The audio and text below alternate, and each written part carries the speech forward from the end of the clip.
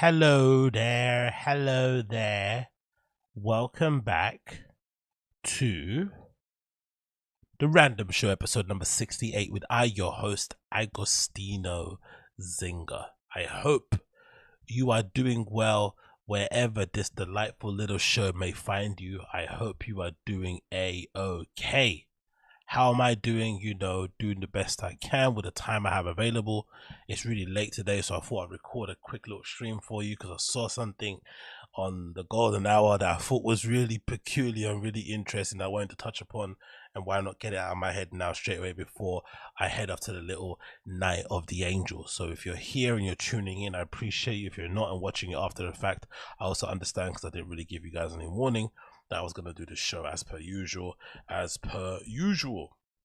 If of course you're watching this after the fact, you know what to do.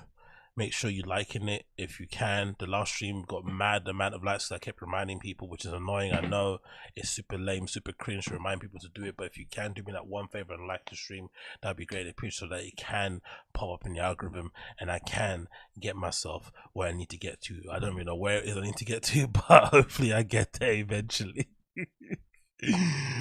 But yeah, anyway, that aside, here we are back again in the Random Show. We've got many things to talk about, many things that I want to talk and explore, and we're just gonna dive on deep in it. We're not gonna waste any time and do it deep, do it long. The thing I wanted to point out straight away though was the setup. As per the last stream, for some reason, when I switch scenes, the chat doesn't load up on the other scene, so we'll do it with my full face, so you're gonna have to make do with this, me being tiny in a little corner there. I know it's a bit annoying and whatnot because you want to see my nice, beautiful, wide, fat face, but at the moment, because the way my flipping Streamlabs is set up, it's just not allowing me to do so. To borrow a Kevin Hart line or joke, you know what the deal is. So we're gonna kind of carry on with this so I can see the chat on the screen and you can see yourself talking on the screen, because that's quite nice, isn't it? That's the whole point of if you're part of a live stream, that you can see yourself chatting on there. But anyway, we're going to jump right into it. Not going to waste too much more of the time and whatnot. We're going to get going because obviously I can't be staying up super late today. So let's just dive on into it. First things first. Today was absolutely hilarious because today was the first match of the World Cup taking place in Qatar, quite controversially. You know why? All the same reasons everyone's been talking about ad nauseum. But the funny thing about today's game, which was via Qatar, the host country, and Ecuador, was this hilarious offside decision that happened in the first 2 minutes of the game. Ecuador clearly are the better footballing nation, clearly have the better players, clearly were always going to win this game from minute zero. But the fact that it started off so quickly and Ecuador were able to score so fast, I think, this is a wild guess, but I think the Qatari officials might have put the squeeze on and told them to reverse the decision, because this legitimately might be one of the most funniest offside decisions I've ever seen in my entire life. When the play actually happens, I think it's a free kick that goes into the box, if I'm not mistaken. I think it's a free kick. When it actually happens and the ball ends up in this position here, as you can see there, my first initial thought was, oh, the referee's given the foul, has given, blew the whistle because of the foul on the goalkeeper. Because as you can see, the goalkeeper there in blue is kind of jumping over his own teammate in the Qatar kit there, and obviously the guy in the Ecuador yellow. So I thought at first it was a foul that he was given, right? To on the goalkeeper. Then it went to VAR and they were analyzing it to see if it was offside. That's what they were analyzing to see first, if one of the players in there was offside, which is hilarious because there is no one offside there in the Ecuadorian team, because this guy here is playing everybody onside. So it made completely no sense. And even if he wasn't playing onside, this person here will be playing them onside. Like, no one is offside here apart from no one from Ecuador. But they decided to take it to VAR, and with VAR, because it's retroactive, you can essentially make up your own, your own rules as you go along, and they gave it as a foul, even though they gave it as offside, even though it clearly wasn't offside. And to me, it was hilarious to watch in real time because it was such a blatant attempt to cheat that you kind of just had to laugh and give them props. Like, you know what, this is your country. You've already told people they can't drink alcohol. You've already got people super shook about breaking any laws because no one wants to end up in a Qatari jail. You don't even know what their jails look like. They're very stern. They're very serious. So I just like the fact that they just went out and said, look, we can't be losing in the first 2 minutes. At least give us the time to warm up. 2 minutes is too much. They put the squeeze in, slipped a little envelope in place, and they were able to get the decision ruled as an offside because one of the Ecuadorian players' knee was out or something. Absolutely crazy decision. Ridiculously crazy, but I did like to see it in real time. And it just goes to prove that VAR, you know, this virtual assisted refereeing was meant to help make football decisions, you know, better and easier and more accurate. But what it's basically proved is that as long as you got a human operating those systems, there's always going to be an avenue or an opportunity to fix, to get decisions wrong, because they still have to assess this information, as you can see by this picture, right? The referees sit in this VAR studio and they go over all these, you know, bits of footage that they have in different angles, and they still have to make a decision that they can then relay back to the referee and say, hey, you got that wrong. We look at it again on the screen or whatever it may be, as you can see the screen there, but it's not like a decision that they make finally. So it's always a bit nuts to me, this whole VAR thing. Absolutely hilarious that you can call that offside, man. Legitimately one of the most funniest things I've seen in real time. And this is even way funnier. Where is it here? There it is, actually. This video made me laugh even more. So this is a guy, clearly an Ecuadorian fan, maybe sitting in the wrong section, sitting alongside some of the Qataris, and he decides to, I don't know what he's doing here. I think this is during this being 0-0. Maybe he's angry that the decision got given against Ecuador, or he's making a gesture that's known to be quite rude in that country. I don't know, but he's making that kind of gesture where you're talking about being bribed or something, or a scam. So he's doing that up to the crowd. I'm pretty sure he's doing it because of the offside. I think so. I got the fingers for the offside. So this guy is sitting in the stands and he's doing this gesture to the Qatari fans who are sitting behind him. And look what happens.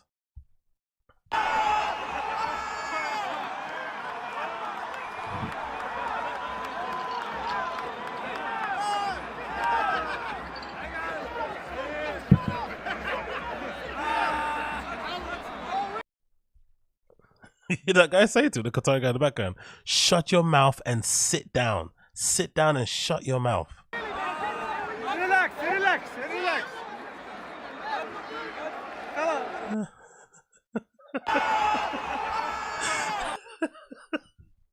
One of the Qatari guys there who may or may not be a billionaire and may or may not had certain people fed to his lion is screaming at the Ecuadorian guy, telling him, how dare you try and banter me at a football stadium? Even though you're in a football stadium, you're meant to be shouting and screaming and cheering. He's telling him you're not allowed to banter. There is no such thing as banter in Qatar. We don't tolerate that. How dare you try to accuse us of bribing? Who do we bribe? What are these accusations you're feeding us? Look at his face. Look how angry he is. And I'm pretty certain the guy there from Qatar, so the guy from Ecuador, sorry, has his kids with him. He's with his whole family, it looks like, right? There's a wife there, it looks like, 2 kids chilling, having a good time. And this Qatari guy was ready to, you know, chop his head off with a machete. And if you scroll down, the video after the fact is hilarious, because I guess they must have saw this go viral. And whoever's in charge, that's the thing you have to give them credit to in Qatar. They must have like a board or an organization or somebody that's like clued up and checking social media for any mentions about Qatar and stuff, and analyzing and making sure people are, you know, not misbehaving or making themselves look bad. Somebody on their side must have saw what was happening and was able to get in touch and figure out to just squash it before this became an international incident. And if you scroll down, you see the follow-up video. I love that fuck around, find out and fuck around, which is a great meme. Look at the follow-up video that was posted on the FIFA World Cup 2022 Qatar account. I'm not sure if that account is official. I'm probably sure it isn't, but it's hilarious that the video's got 11.4 million views, because clearly everyone saw what I saw, which is definitely somebody that could be a hostage, essentially saying, no, it's all good, it's all good. I know you punched me in the face, but it's all good. Look at this. This is Peter. He is an Ecuadorian and he is here to watch the match today. صار بيني وبينه اشتباك، لكن سلمنا على بعض واعتذرنا على بعض. نتمنى منكم يا جماعة أن تنشرون المقطع هذا مثل ما نشرتوا الاشتباك اللي صار بيني وبينه. احنا في النهاية مشجعين. In the end, we're only here to watch this beautiful game. Yes, yes. And vamos Ecuador.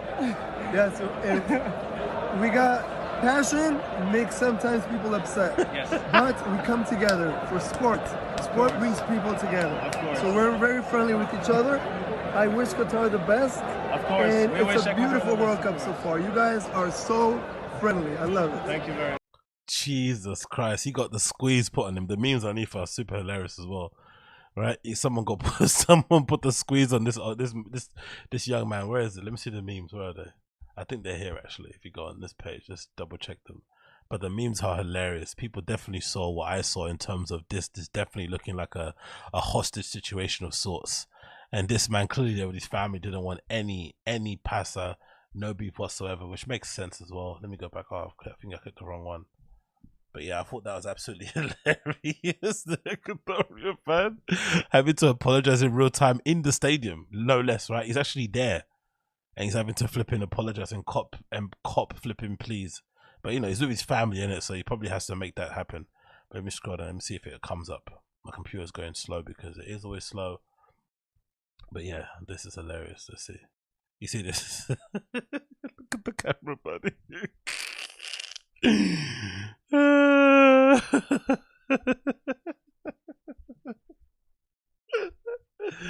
Oh, where's this? Oh, I thought it was another meme. Okay, there was another one too with a gun that I thought was absolutely hilarious. But either way, you get the whole point of the situation. You get the whole point of the situation. Anyway, moving on from that one. Moving on from that, I wanted to touch upon quickly before we get into the comedy stuff. I wanted to, what was that one I wanted to talk about? Was it this or this? Yeah, it was this. Have you guys seen all this stuff, right? This stuff happening with Cristiano Ronaldo and Lionel Messi. This amazing photo shoot that went viral was shared by Louis Vuitton, Jesus Christos, Louis Vuitton, and clearly everyone was, oh my god, this might be the start of great things because Ronaldo has essentially is on the way to get fired by Man United, and they're kind of threatening to sue him. There's rumors out there that he might go to PSG, and he was talking about Messi in a conversation, blah blah blah.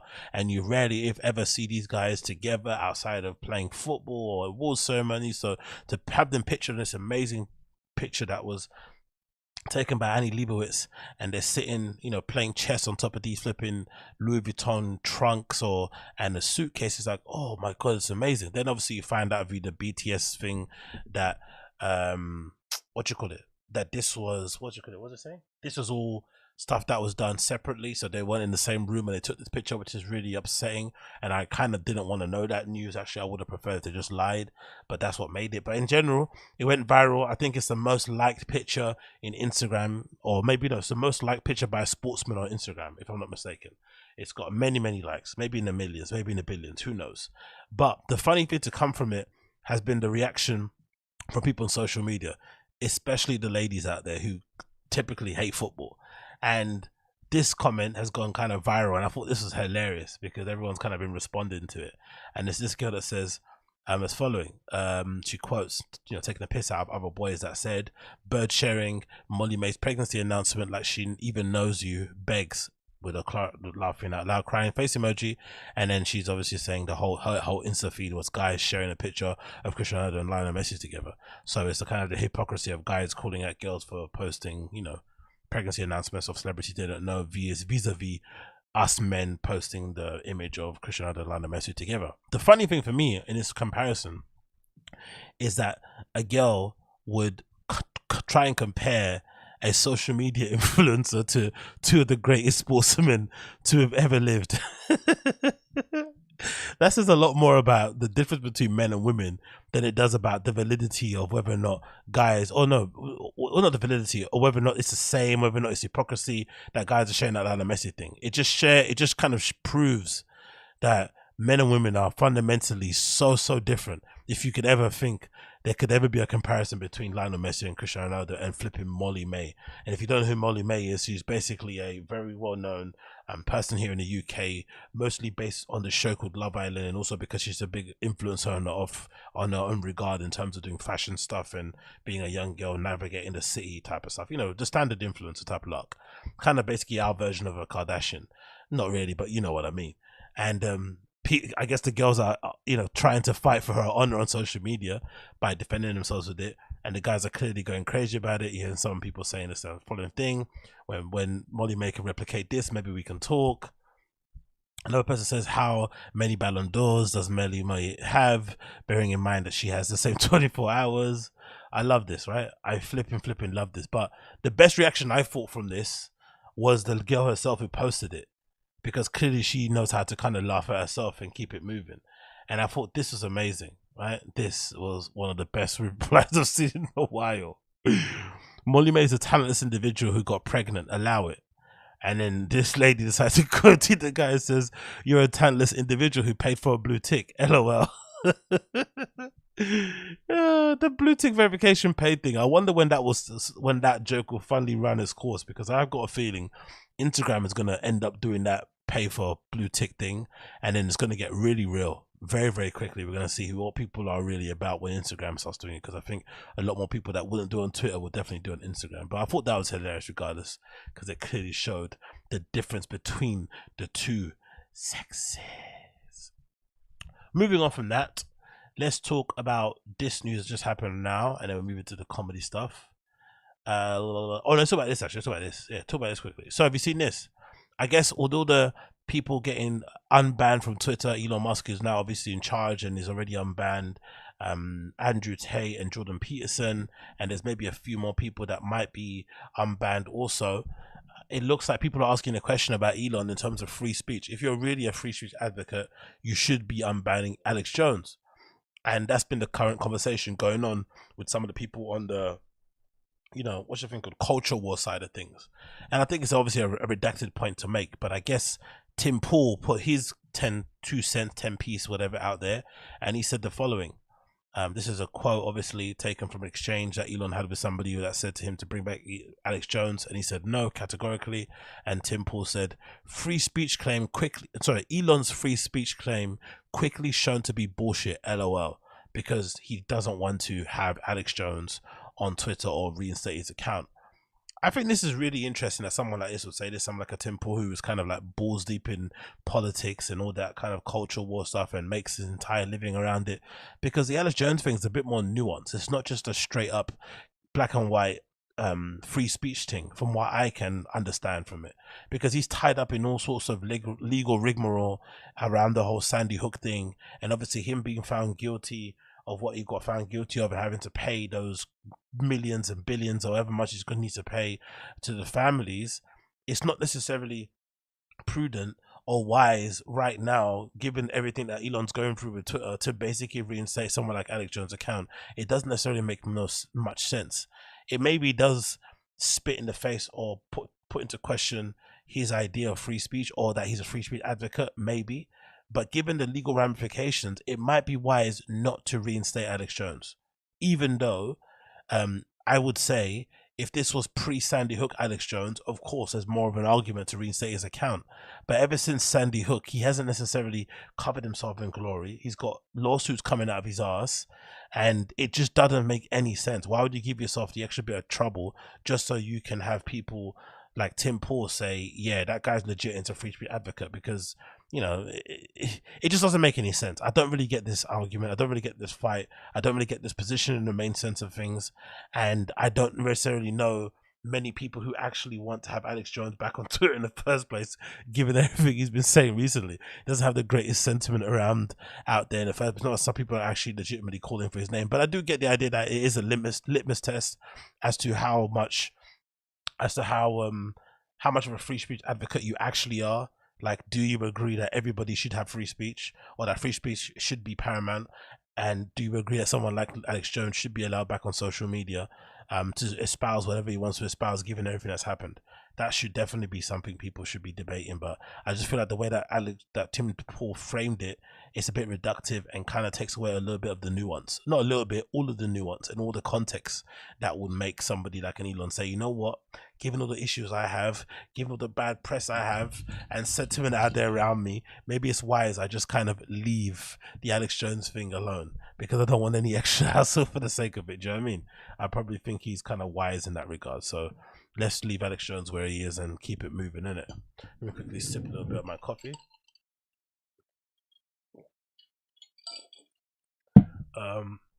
Let's continue here. Another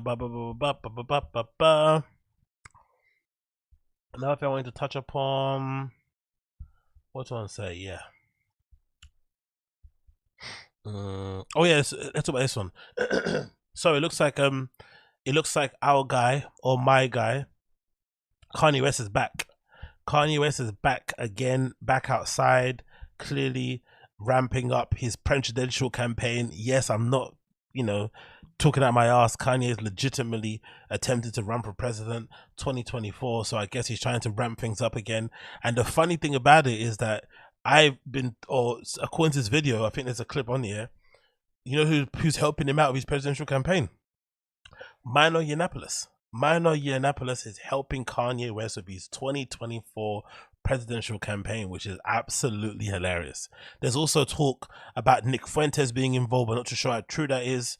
I've heard on the forums that this Nick Fuentes interaction, he basically photobombed him and tried to make it appear like he was meeting Milo and Kanye when he was just, I think, around when they were talking. I'm not too sure if he's involved in anything, but I think it's just hilarious that Kanye is legitimately trying to run for president again, and he's got Milo as his flipping campaign advisor, which is flipping hilarious. But he decided to interact with some paparazzi today, took them on the tour of his studio, and divulged some other stuff concerning his life and what he's up to. So I guess we're going to be seeing him on the blogs more often. And he's actually back on Twitter also, because I think he got unbanned from there as well. So he's back on Twitter again. So I'm assuming for the next week or so, we're going to be Kanye'd out. So let's watch a bit of the clip of him having this interaction with a paparazzi person. Or pap. He wants to talk. How's it going, my bro? Hey, Kanye, you come here too. You all hate paps, isn't it? That kind of sucky liquor. How you doing, Kanye? I think they do that to get the person's attention, right? So they can look at them. But it sounds so like gluck gluck, isn't it? It's like, relax, man. Stop being so excited. You know, you're probably not that excited when you see your mum, but here you are lapping up and licking the boot of someone you don't know. Like, just chill. Composure. How you doing, bro?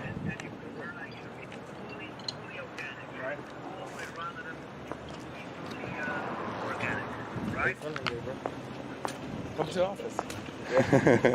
Hey, good morning.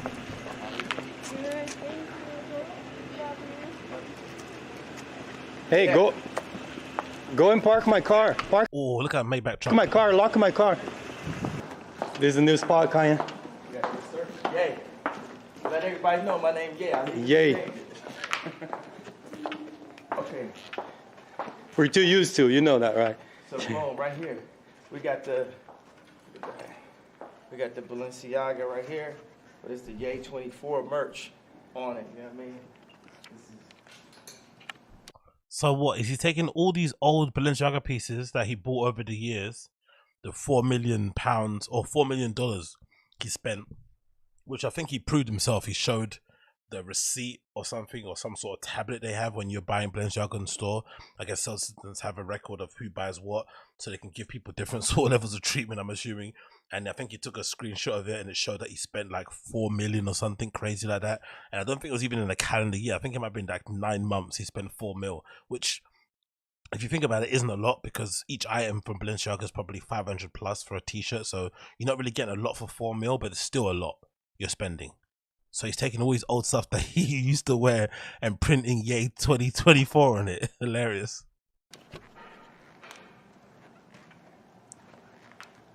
That's a lot of Balenciaga boots, isn't it? Look at that. Look at all the Balenciaga boots in the background. Those are all the boots he's probably wearing. Those massive rain croc boot things. What I did is I just bought every piece of Balenciaga that I ever seen. Jesus Christ. It's amazing. Started writing the Yay 24 on everything. Right. These pieces. He really loves them Balenciaga, innit? Probably more so than me. He's bought every single piece. Don't get me wrong. If I had my money, I'd buy every single piece too. But the fact that he bought every single piece is hilarious. Yeah, the squeak from the thing is hilarious. Oh my god. And all these pieces we're gonna be selling for $20 each. Okay. Oh my god, that's hilarious. He's taking legit Balenciaga pieces, printing A24 on it, and then selling them for $20. This is gonna sell out in a second. This is amazing. These clothes are all like $500 plus. This is hilarious. Just make sure that the people, you know, get the best thing available. Right.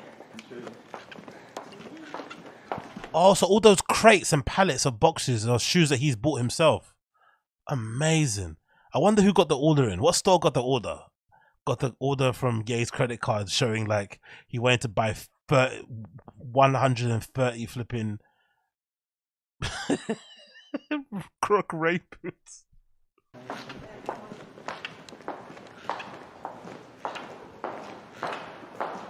That's really cool, yeah. Is a pap wearing Saint Laurent flipping wire boots or something? Why is he? God almighty. Boom, there you go. This is a perspective on the next way of living. Oh wow, awesome. That's a, what's that thing called? Epcot, right? These are these fully sustainable cities. This is like, it's like an iPhone, right? But we're God's iPhone. We're his favorite creation. It's really, we're the ultimate technology. Sometimes we feel like technology tries to compete with us, but a human has never made anything, never designed anything better than a human. So I think we got to focus on humanity. We got to focus on other human beings. You know, we have to be past the past. We're focused on the future now. And we have to connect with all the inventors and the designers and the engineers, all the people who have ideas of how this world could work, because we have more than enough resources for everyone in the world to be happy. There's 5 resources that the 1% use to control the 99%. That's water, food, education, shelter, and medicine. And everyone can have the best. Anyone else just kind of bored of him a little bit? I'm watching this in real time and I'm a little bit like, isn't anyone else a bit bored of Kanye? Just as a person and hearing him speak. Because we all know he's clearly going through stuff. I don't know what it is, mental, family, whatever else is going on outside of things. So it's like, why don't you just go and get some help? Instead of subjecting us to this. Or am I the only one that's bored? Because clearly this is just another play to get people to pay more attention to him for his presidential run. Clearly, this isn't anything else, but I'm just a bit bored of hearing him speak. Just go and get yourself sorted out first, and then come back. Or get yourself educated on certain things, then come back to us. Because he's just going to start the outrage cycle again when he starts talking to people and they start asking him to disavow the documentary. What's your thoughts on Kyrie Irving's apology? He'll just get himself in the same news cycle. Obviously, he wants that attention, but I don't know. Maybe it's just me. Version of that. And that's our promise of what we're doing here. Walk with me right here. Absolutely. That's awesome.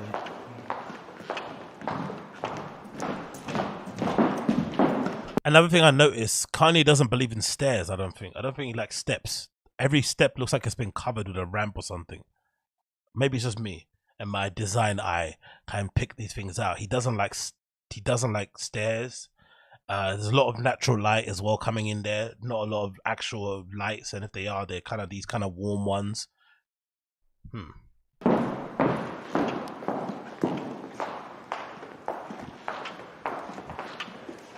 So this is some of the mock-ups of the new homes. We're going to put these homes right here. We're going to put these homes right here in Crenshaw, where we're at right now.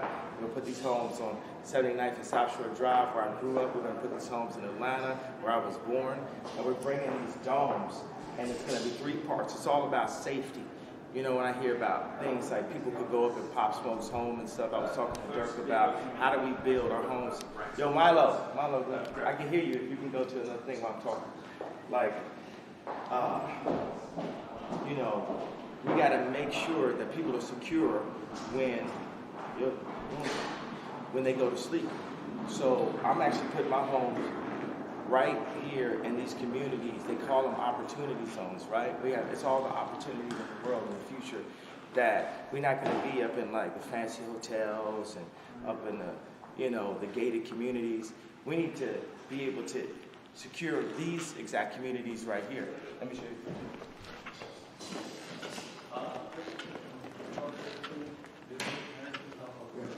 This is Joe Hahn. Right? How you doing, Joe? We work.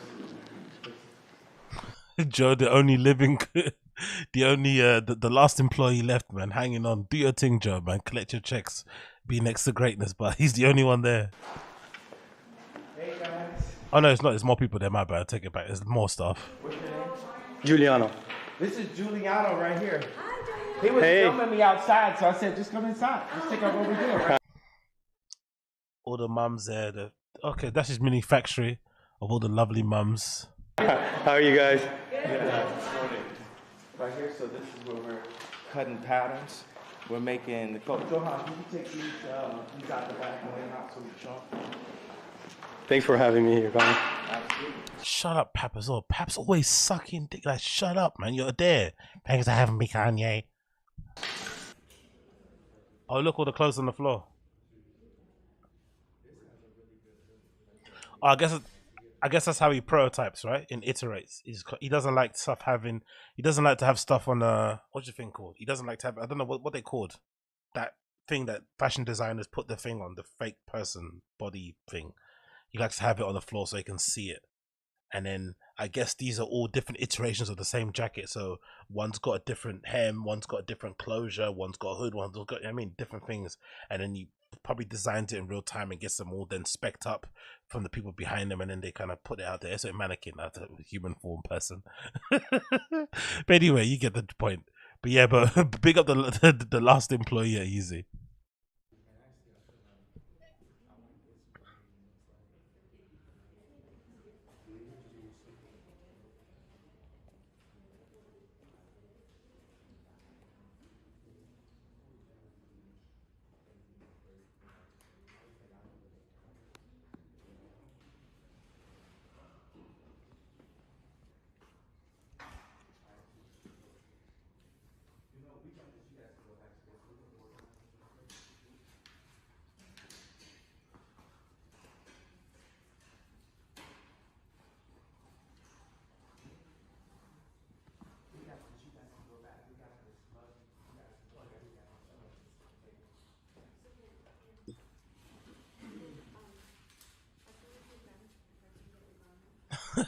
I can feel the temptation. I can feel the tenseness from here.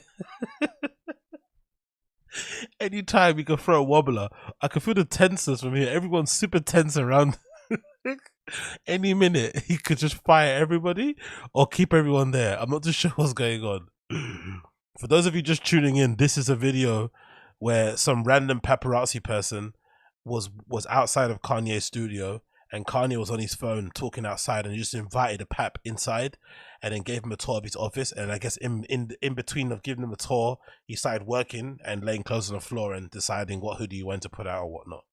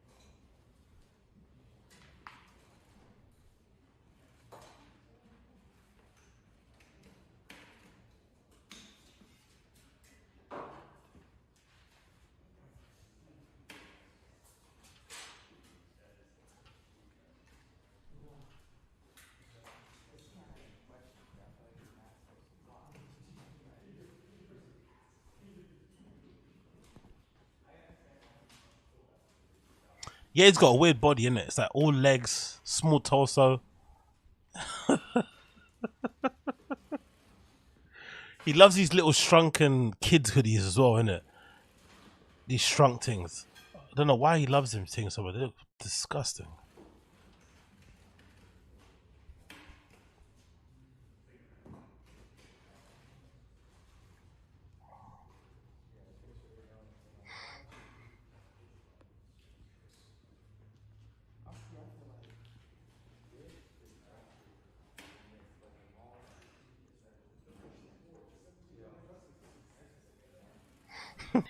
Lost property. The funny thing is, this is all worth, like, even though he wants to sell them all for $20, this is all worth a lot of money, like on resale. This is all like hundreds and sometimes thousands of clothes. Exactly, but lost property. It does kind of look like it, doesn't it?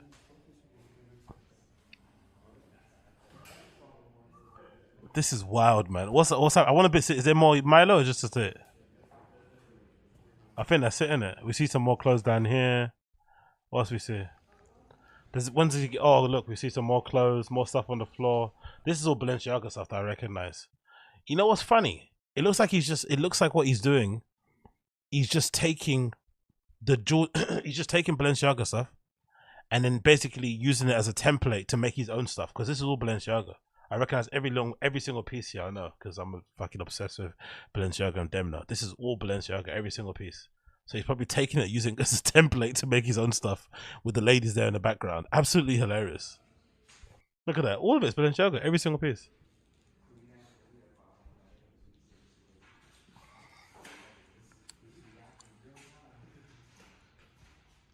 When's he going to get escorted out? Okay, that's it. But yeah, we get the point. Kanye is back anyway. That's the main point. The boss is flipping back. Eddie, did you get the... Yes, mate, I got them actually. I need to make a review. I haven't got them yet, but I was successful. I didn't get an L this time. My first W in a long time on the sneakers app. No special access, no cheat codes, no nothing. I signed like everybody else, is able to check out pretty easily. But the only problem is that I bought them in a size 11. And I'm usually a size 10, but my feet over the years have been growing. So my left foot is I'm probably closer to 10.5 than I'm a 10 anymore. I'm not a straight 10, which is really annoying, man, because I was always a straight 10. So now, because Jordan 1s come up a little bit tight, I have to get an 11. But I'm not too sure if they're going to be big. So it is what it is, I guess, isn't it? At least I know I'll be wearing these shoes every day, all day. Because usually if I have a 10 nowadays, I have to kind of go home and swap them out because they're too flipping tight. But yeah, I've got them in the UK 11, so let's see when they arrive. I'm really excited to wear them, to be honest. I'm gonna beat them into the ground. I'm not gonna treat them like flipping grails like everyone else will be. But Kanye was also at ComplexCon today, or yesterday. I don't know when it's on, but Kanye was there earlier doing a damn thing and causing a ruckus. There he is in his hood, looking all mythical and whatnot. And then he turned up there and he decided to cause a bit of a roadblock, a bit of a situation when he arrived, bro. Look at this. Look at everyone going crazy for Kanye at flipping ComplexCon. Look at this thing. Look how mad this is. Look at people. Play this video. Kanye, fuck Adidas! Fuck Adidas. Kanye West fans are so cringe. And there's no video of him too arriving at the spot, and it's absolute pandemonium. Where is it? Let me see if I can find it. It's a little bit aggressive, I'm not gonna lie. It doesn't look so fun to be Kanye, like day to day walking around the streets and shit. Because look at this. Look at how crazy it got. This is him at ComplexCon. Let me show you this. Look at this.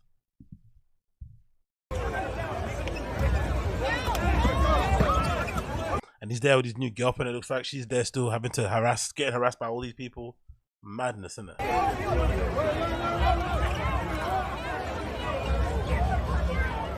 Jesus Christos. Look at the people, mate. God almighty.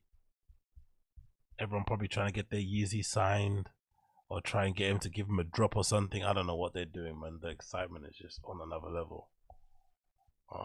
And then this one as well is pretty crazy. You see how mad it gets when Kanye arrives in the building.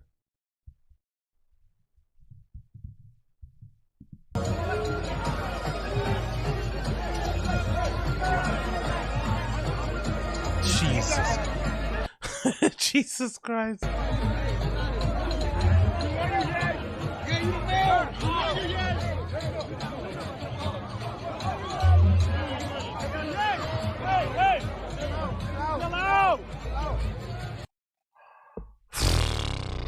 You couldn't pay me enough to be someone like that. You couldn't pay me enough. But yeah, big up everybody else around him. Big up all the team.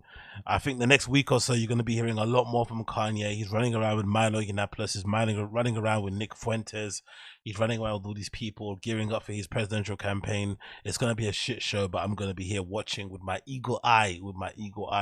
So moving on, I want to quickly talk about some comedy stuff. So my guy Chin Soo-yi, however you pronounce his surname.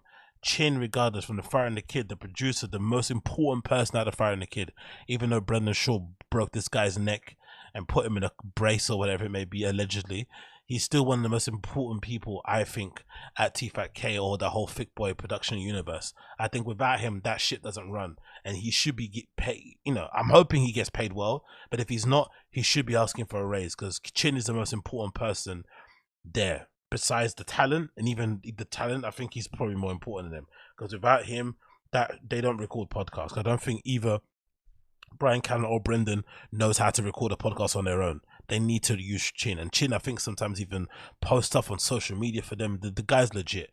So he has this thing that he does where he likes to sing, and I don't like it. I think it sounds horrible, in my opinion. I think he sounds absolutely horrendous. I think he sounds like he's crying. I think he reminds me of, like I said before, even though he's Korean, he reminds me a lot of these Filipino boys I went to school with that would always kind of break dance and sing songs to their girlfriends and stuff, and it was always horrible. They always thought they could sing. They'd always have like little earrings, or they'd cut a little line in their eyebrow and think they're cute and sing these horrible Boys to Men tunes and shit, which I absolutely hated, and it never came across the way that they thought it came across in their head. But anyway, Chin's got a new tune. He popped out a new tune. I haven't heard it on purpose because I want to listen to it here in real time with you guys, and I've got a feeling it's going to be as terrible as the last song I heard from him. And it was funny because when I played the last song of his on stream, I got a lot of negative comments on people saying, "You're hating, he sounds good to me, he sounds great." So I think in general, opinions on singing vary a lot based on maybe what you're into. I don't know, whatever it may be. I guess it's an objective thing. You can't necessarily say someone's good or bad at singing, which I think is mind-blowing. I think we've all heard somebody that sounds terrible, like myself. I cannot sing to save my life. I know what my voice sounds like when I sing, and when I hear someone that can sing, I can recognize it, but I think some people just see it differently. So I've got a lot of hate comments of people that didn't like my review of his previous singing, so let's see what people think of this type of singing going forward. But yeah, what's Coiler? So yeah, them dudes are in the gym too. They are way too extra. Exactly. Coiler knows, man. Those guys, there's a particular breed. I went to school with a lot of Filipinos, and there was a type of Filipino that thought he was Spanish. There was one that thought he was a martial art. There's the different types of archetypes of them. There's one that they think they're martial artists, ones who think they're flipping dancers, ones who think they're flipping in a band or something. Like, just relax. And they're super extra. I think as a culture, just in general, they're extra and proud, and it's just annoying. So he reminds me a lot of those guys that used to sing like this. So let's see Chin singing his new tune, his new rhythm. Let's see what this is saying. Please be good. Please be good. I don't have a lot to show for these years of hard work.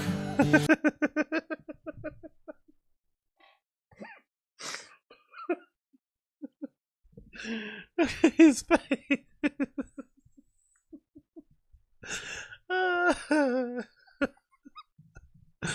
Look at his face, man. Honestly, look at my guy's. Oh, honestly, I hope Brendan is fucking backing up the Brinks truck for him and giving him a lot of money, because this guy is legitimately important to TFAT. I know I'm laughing at his singing, but when it comes to his day job, he's really good at it. He produces all those shows. He gets stuff uploaded. Nothing gets uploaded without the wrong audio. The video is always quite on point. Maybe the text might be a little bit, spliced up here and there, but he knows what he's doing when it comes to uploading stuff. And I hope he gets treated well in the pocket and he's kind of fully compensated, because he needs to be, because he's legitimately the most important person at Thick Boy next to Brendan or whatever. If you walked away, that whole place will come tumbling down like a house of cards. Look what's happened to Tim Dillon. Ben Avery produced everything for Tim, but it's just one show. Of course they did the Patreon and the videos, but it's technically one show. And as soon as Ben Avery leaves, they can't get the flipping fonts correct on the cover images. The clips are mad, the descriptions of the clips, whatever, how they edit the ads together, it's all messed up, and Ben was only producing one show. So I don't know. I'm a fan of Chin's. Who's saying it? What say? Mike said, "Are you kidding? Chin sucks, the producer." I don't think so. Maybe there's some panache. What in particular don't you like about his producing, Mike Lang? Because I think overall, given the amount of shows he has to produce, given who he works for, I think Chin does a good job. Could it be tighter? Probably. Maybe what would you want? The levels. What people complain about? The levels on the microphones. Sometimes people complain about that they're redlining. What else is it? The camera angle, maybe, but he does a lot, man, for one man team. Do you know what I mean? Like, Brendan probably employs more people in front of camera than he should be employing behind the camera. There should be more people maybe helping Chin out. But in terms of him doing it all on his own, switching the cameras, checking the levels of the thing, it's a big job. Look what they do at your mum's house. Your mum's house have one guy doing the camera switching, right? One guy. I'm pretty sure it's one dude. I forgot his name. I think it's a black dude. He just does the camera switching, and the other ones handle everything else in there. But Chin does everything. He's on the board. He's changing the cameras. Before he was kind of checking social. Now obviously his BGL flipping thing to do. Oh no, sorry. What's her name? Kat was checking the social. So it's a lot. He does everything all on his own. Everything legitimately on his own. We're saying Mike Lang said he's always wrong. Late on clips, he's lost, and his takes is always horrible. Yeah, you don't really tune into it. If you're a fan of Brendan, you don't tune into his show to hear Chin's opinion on stuff, innit? Fair enough. If you think he's late on clips and don't like it, fair enough. But I think he does a good job, personally, for me, and I think he should keep getting paid a lot. Of course, he's not a young Jamie. Come on, no one's saying he's a young Jamie. But Chin, for his working environment, he should be getting compensated. I'm not gonna budge from that point. If you don't like his quality of his work, fair enough. But still, given everything he's had to go through and suffer with, he should be getting paid a lot more. Personally, in my opinion. And I've got a feeling Brendan doesn't pay well. This is my opinion. He may pay, but he doesn't pay well.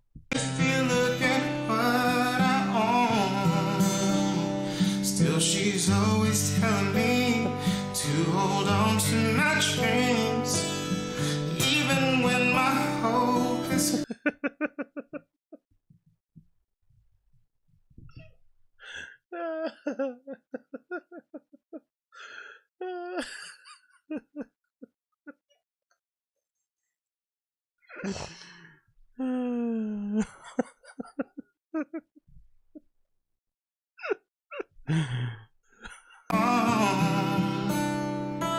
Some may say that dreaming's just for fools, and there are times I thought that might be true, but is he reading the lyrics like in real time? He doesn't even know the lyrics to the song. Like, she thinks I can roll the moon.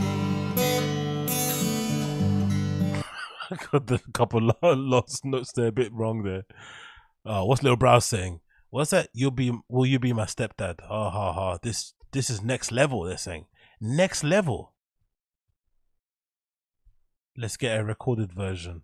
What, so you can play that to your wife as she's going to sleep? You should be put in prison for that, mate. Another person, always hot with vocals, miss you, Chin. John and I are ready to fish or go shooting soon. It's a friend, okay. I hate people do this when people clout chase in comments when you're well known. To let people know, hey, I know you personally, like, text him this, innit? Like, chill. Or DM him. Chin, your voice is so beautiful. Wow. See, it's only me then. I guess I'm the hater. Little Brows with a flame emoji and a comment. So he double dips on the comments there. Fishing for his clout as well. Dude. Play at Summer Bummer 2023. What is that? I don't know. Another job killing it. Flame. This is like a black person. Oh, no, it's not. A lot of non-blacks here that like that kind of singing. I wonder why. You the truth. Play and sing a corrido mi chin. Wow, dude, crazy. Okay, cool. I guess it's just me. I guess it's me, innit? I guess it's me who doesn't like it. But talking about other people that I don't like their singing. Do you guys remember when Lex started singing? Do you guys remember that? Lex went on Joe Rogan and written him a song. Do you remember? Let's play this. Let's see what Lex sounds like in comparison to Chin, because I forgot what this sounded like, actually. Let's see. This is going to be horrible, too. Lex on JRE. Let's see what the deal is here. Come on, Mr. Friedman. Let's give the Joe Rogan experience. Don't get in your own head, man. Let it go.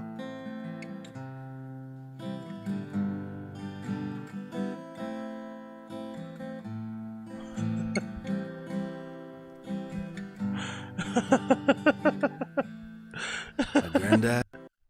Oh, no, you see, hey, look to him. Like he was singing to a girl. He gave me that look like you're gonna, hey, watch out, you're gonna get wet. Do you see how he looked at him? Look. Let it go. Look how he looked up at him.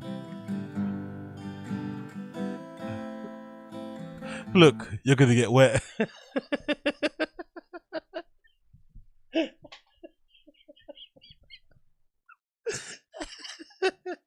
He's like, you ready? You better bring. Did you bring him up? Look at his face. Look at him. He's ready to jump on Joe. Like, look, you ready? Oh, Joe's got the candles on as well. Like, oh my god, this is incredible.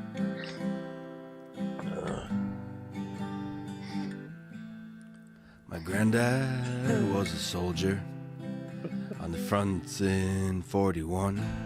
Oh, singing in that accent is tough, isn't it? On France, it's 41. I hit like, what?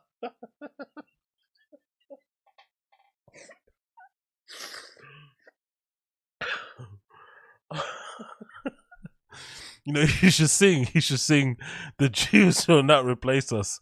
That's what he should be singing. Oh, Kanye will not replace us. Kanye will not replace us.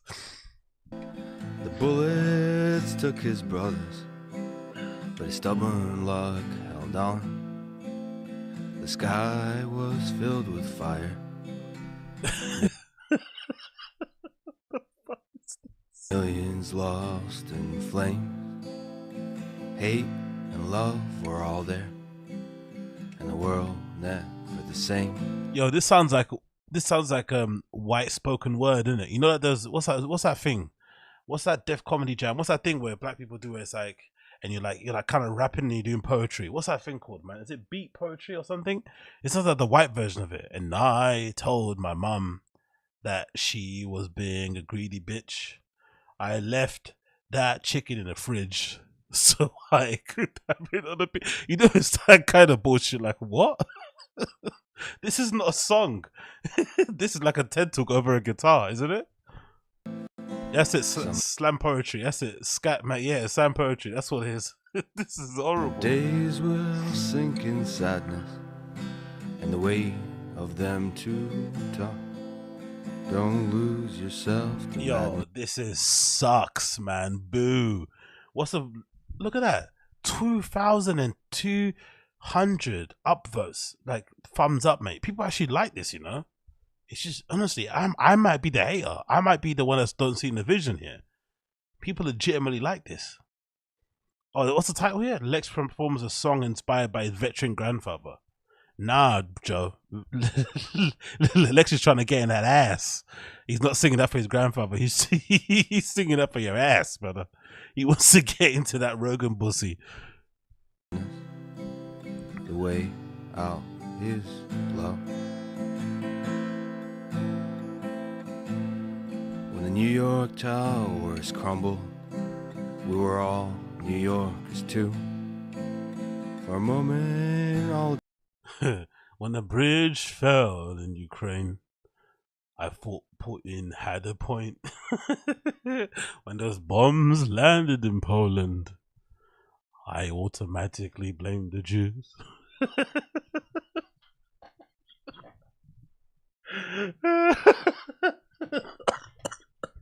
just human, not the same old red or blue. And the wicked will go on scheming for the power in the pain. But the heart that longs for freedom is a fire they'll never tame. Yo, Uche said that. Uche, you were just thinking you just said what I was thinking in my head. The camera pans over to a white dude in dreads playing the bongos. This legitimately sounds like every single time I've been in a hostel, and I've been to plenty of hostels around the world, there's always hostels and sometimes bars as well, but usually bars are rare nowadays because someone tell you to shut the fuck up. But in every hostel around the world, doesn't matter if you're in a metropolitan place, a countryside somewhere, in the middle of a farm, there's always one guy sitting in the corner playing guitars for the flipping, ditzy-eyed young foreign girls that are popping in, and they're all guys, whoever he's into, to try and impress them. And they're always terrible. They're never good. They always got flipping stories to tell, most of them lies, and they're always playing these dead out songs on there. It's hilarious, man. That archetype, it exists everywhere. Some days will sink in sadness, the weight of them too tough. Don't lose yourself to madness. He's got no source. Where's the beat to this? Where's the beat? Where's the rhythm? What is this, man? It's just like, it's terrible. I'd prefer if he just got in here and sung like, and sung a song that's already been made and just tried to maybe make that a tribute to his granddad or something. This song he wrote sucks, mate. Honestly, it sucks so bad. The way out is love.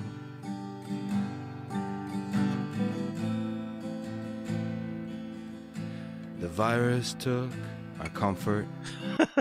He's talking about COVID.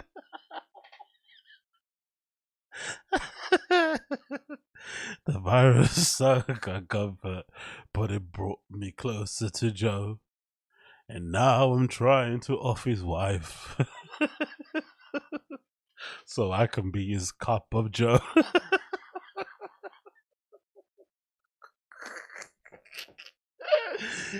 This fucking guy is singing about the COVID virus. Isn't that meant to be about his dad, his granddad? Oh. That was never ours to own.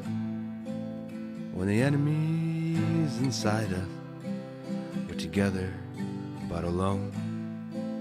This life is so damn fragile, a leaf caught by the wind. But every what? Life is so fragile, a leaf caught by. Oh, I don't even want to break down the lyrics. Is this on Genius? I wonder if it's on Genius. Tragic ignites a hope within. Some days will sink in sadness, the weight of them too tough. Don't lose yourself to madness. The way out is love. Absolutely sucks, mate. The way out is to flipping wrap that guitar around your throat so you don't sing again, brother. That's the way out there. But hey, God almighty, man, what a horrendously terrible song. I don't know who's worth. I don't know. Chin seat. I don't know who's worse. He just played it automatically. This guy or flipping Lex. I don't know what's worse. I don't know what it is. I really don't know what's worse. I don't know. It's just, you know, it's like saying what's worse, getting slapped in the face or getting punched in the nuts.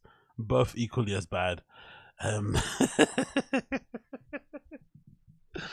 Oh man, I just love the way that Lex was looking at Joe, bro. Like, we're gonna do the thing, innit, right? Yeah or no? That look up was just absolutely beautiful, man. That was just like, I can't believe I'm doing this. He's letting me do this. Like, you know, not the first time. You're like, I can't believe this girl's let me do this. This is crazy. That's what he looked like. Like, is she gonna let me touch her boob? Like, whoa. Look at this.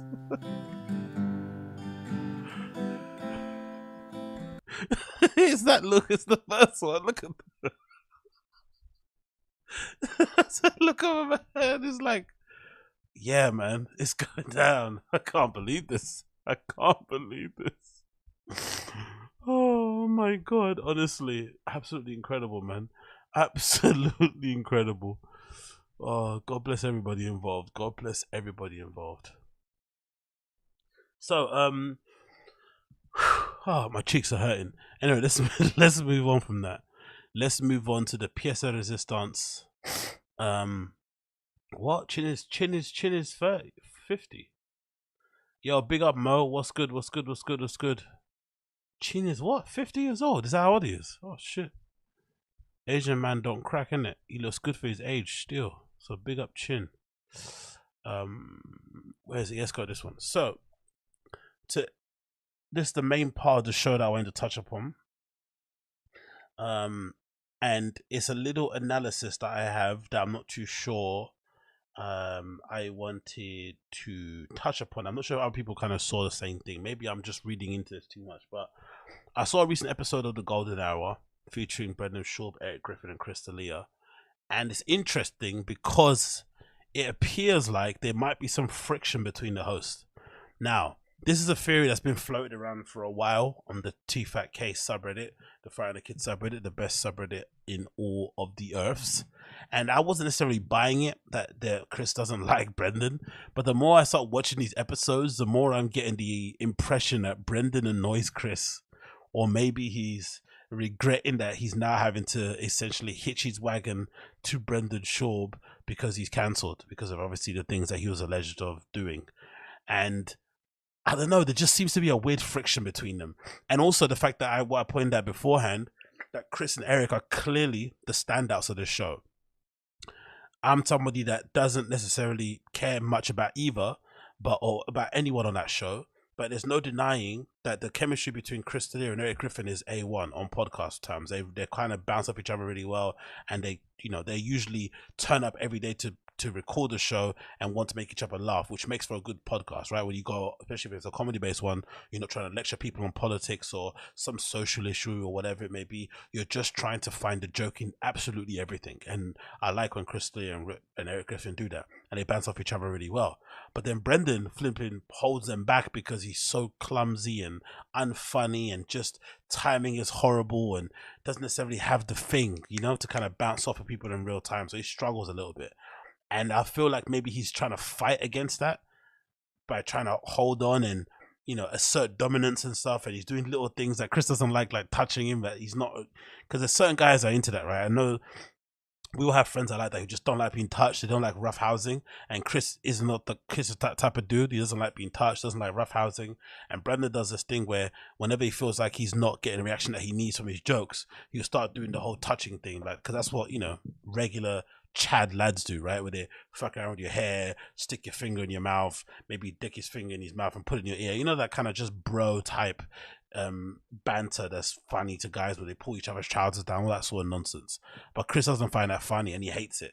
And Brendan keeps doing it, right? He's not pulling his trousers down, but he's touching his face and stuff, touching his body, and he's not really a fan of it. A little bit of friction going on there. And I feel like Eric obviously is having to dumb himself down to get on his show and be friends with Brendan because he needs the money probably, and it's another job. But I wouldn't imagine Eric outside of comedy would be friends with a guy like Brendan anyway. So he's already struggling with that as well internally because he's having to keep up with this redact. So I don't know. I just feel like there's a weird energy between all three of them. We're going to play the clip now and you guys can see what I mean. Sort of clip the episode and you can see what I mean, and hopefully you can kind of pick up on a bit of it as well. Let's get this on the screen too. Oh, there's a super chat coming up on here, so let me just wait that to load up before we continue. For some reason, my super chat takes so long to flip and load on the screen. Annoying. But yeah, let's get this up on here. Bear with me 1 second while I say load. It's coming, it's coming.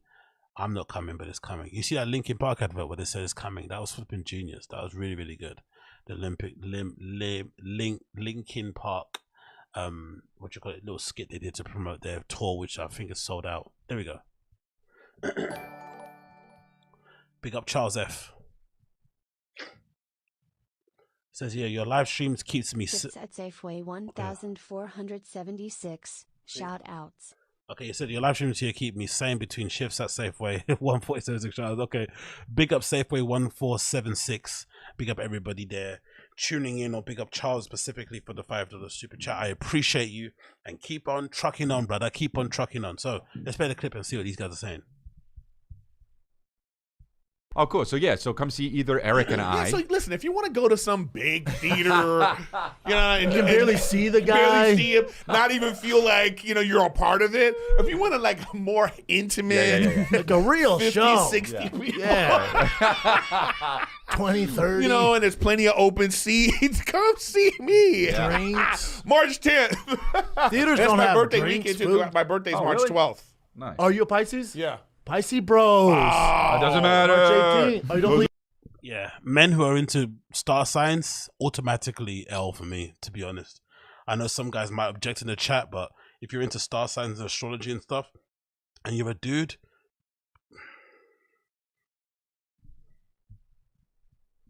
Believe that either. You don't believe that. Doesn't matter what your sign is. Oh, you're a bad person. You're a bad person. What's my? I was trying to look at. What are you? What sign are you? Are you a Taurus? Yield. Okay, that's hilarious. That's so funny. if you were a sign, Yeah. what sign would you be? Mine would for sure be I'm yield. a left turn sign. Nice. Are you a Scorpion? Aries. See, you know it. I don't know. Not much about Aries. Neither do I, my friend. Neither do I. Aries spares. And that's very symbolic. More horoscopes for Pisces. For the past several days, Pisces, you've been fairly lucky in financial and material terms, but the day ahead will be. Oh no. Huh? Yeah, he goes, but the day ahead's going to get pretty dicey for you. If you're planning to make an investment, sign a contract, purchase a major item, or drive a car, you're going to die. Postpone it to another day. You might as well re-sign yourself to this fate. Be grateful that you were spared that. Oh, my God. Well, this podcast is coming out later, so people have already been doing this. And Oh, yeah, great point. Should have done you know that. You know what's hilarious, though? It's like, I don't know what I like. When you look at a horoscope and it's just all positive shit, I'm kind of like, well, you know, it's not real then. give me a little bit like, today's not your day. Yeah, I'd love to. So I can feel like, oh shit. See, I've always said that about those be Chinese, careful. the fortune cookies. If you open up, it's like you thought today was bad. Wait till tomorrow. I want some real dark shit. They say, sit down, open another cookie, and yeah. What if a restaurant? But wait, what if We've a got some restaurant news for like you. you put reservations in, so they know they know it's you, and they pre-make them. So you open it up and it says, "Hey, Chris, looks like you're blah blah." You'd be like, "Oh my god, shit. that's like a horror movie." It's like what Saw. a great experience. Yeah, hell But yeah. what if it's talking? We just what wrote if a it's movie, talking dude. We shit? could sell it. It was like it could only sell out 3 shows in Boston, yeah. and then said the F word. Hey, hard. Chris, stupid podcasts. Yeah. Hey, Chris, hate your podcast. Yeah. At _. Too many shows in New 77. York at the Beacon. Yeah. Enjoy that. Come play Madison just like Square this. Garden. I'm like, He does that often, isn't it? You realize that it's a little thing I picked. Well, not picked up on, but I guess most people know about it. But whenever somebody's making a joke, he can't just riff on it with his own. He just repeats it in other words. Do you get it? If you notice that thing he does, Brendan, he can't just make his own joke. Like, okay, let me try and top that with my joke. It's just a repeat the same premise, and then maybe change a detail. What? What did he say? What did Frank Duck say? He said Scorpio. Did I miss that? Or he said Scorpion? I'm not even into flipping astrology. He said a scorpion. No way he said scorpion. He did this. What's he thinking of the fucking Drake's album? He said scorpion. Oh my god, this guy is incredible, man. Are you a scorpion?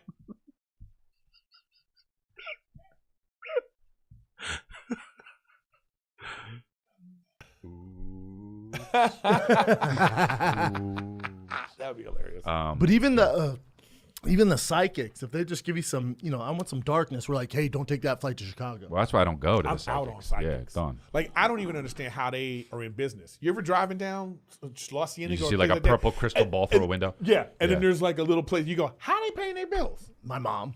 That's got to be a drug front, right? I don't understand how they're paying their bills. No, How I are they don't- paying their I don't bills? understand. I know a ton of people that go to. Really? Wow, dude. People you know. We all know. They go to Legit psychics. people go to psychics. How much Well, money? those people are not legit people anymore. Yeah, they can't be legit. Okay. How do you do that? I don't want to mention any names. I'm just saying. Gotta get to my psychic. Imagine, No, dude, hey, I gotta go. Where? Nick, I'm gonna be late for my who's the psychic. comic? Phenomenal comic. He likes men. Oh, Thomas Dale. Thomas Dale. Oh, I know that. Horrible, tough follow, tough fucking. He's a monster. He Oh quit- no, that guy's yeah. He's a monster. He's comic. so funny. He bro. quit comedy and now he's He a did. full-time medium. He Yeah. came on here and was telling me shit. He was You know Thomas, right? And he's really good. Oh, you don't know Thomas Dale? Oh, bro, that guy Tough was so follow. hilarious, and he just quit and he moved to Asheville, North Carolina. Savage comic. Maybe it's a good thing, I'd probably pick being a flipping, what's the thing called? A medium over being a stand-up comic, to be honest. Way more money, bit more of a niche audience. Don't have to compete with all these redacts. Not a lot of people backstabbing you. Fans who genuinely love who you are. Why not? There's more money I in wish this stuff, though. That's why. It's like Kyle Cease, man. Kyle Well, Cease is full-on yeah. motivational speaker now. I know. I can't wait to get there. But you know, like the mediums. You know that Jersey girl with the hair, and they do Brendan just allergic to jokes, and he just bowed through that, innit?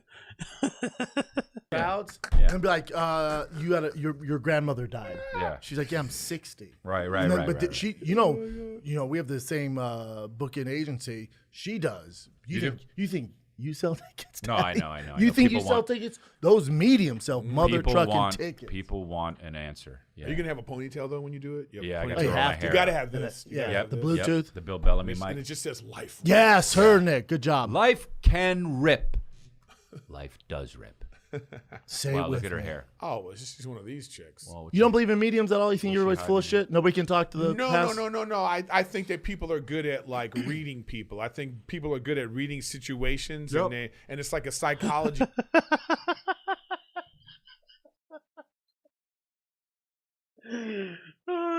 Crystal is yawning.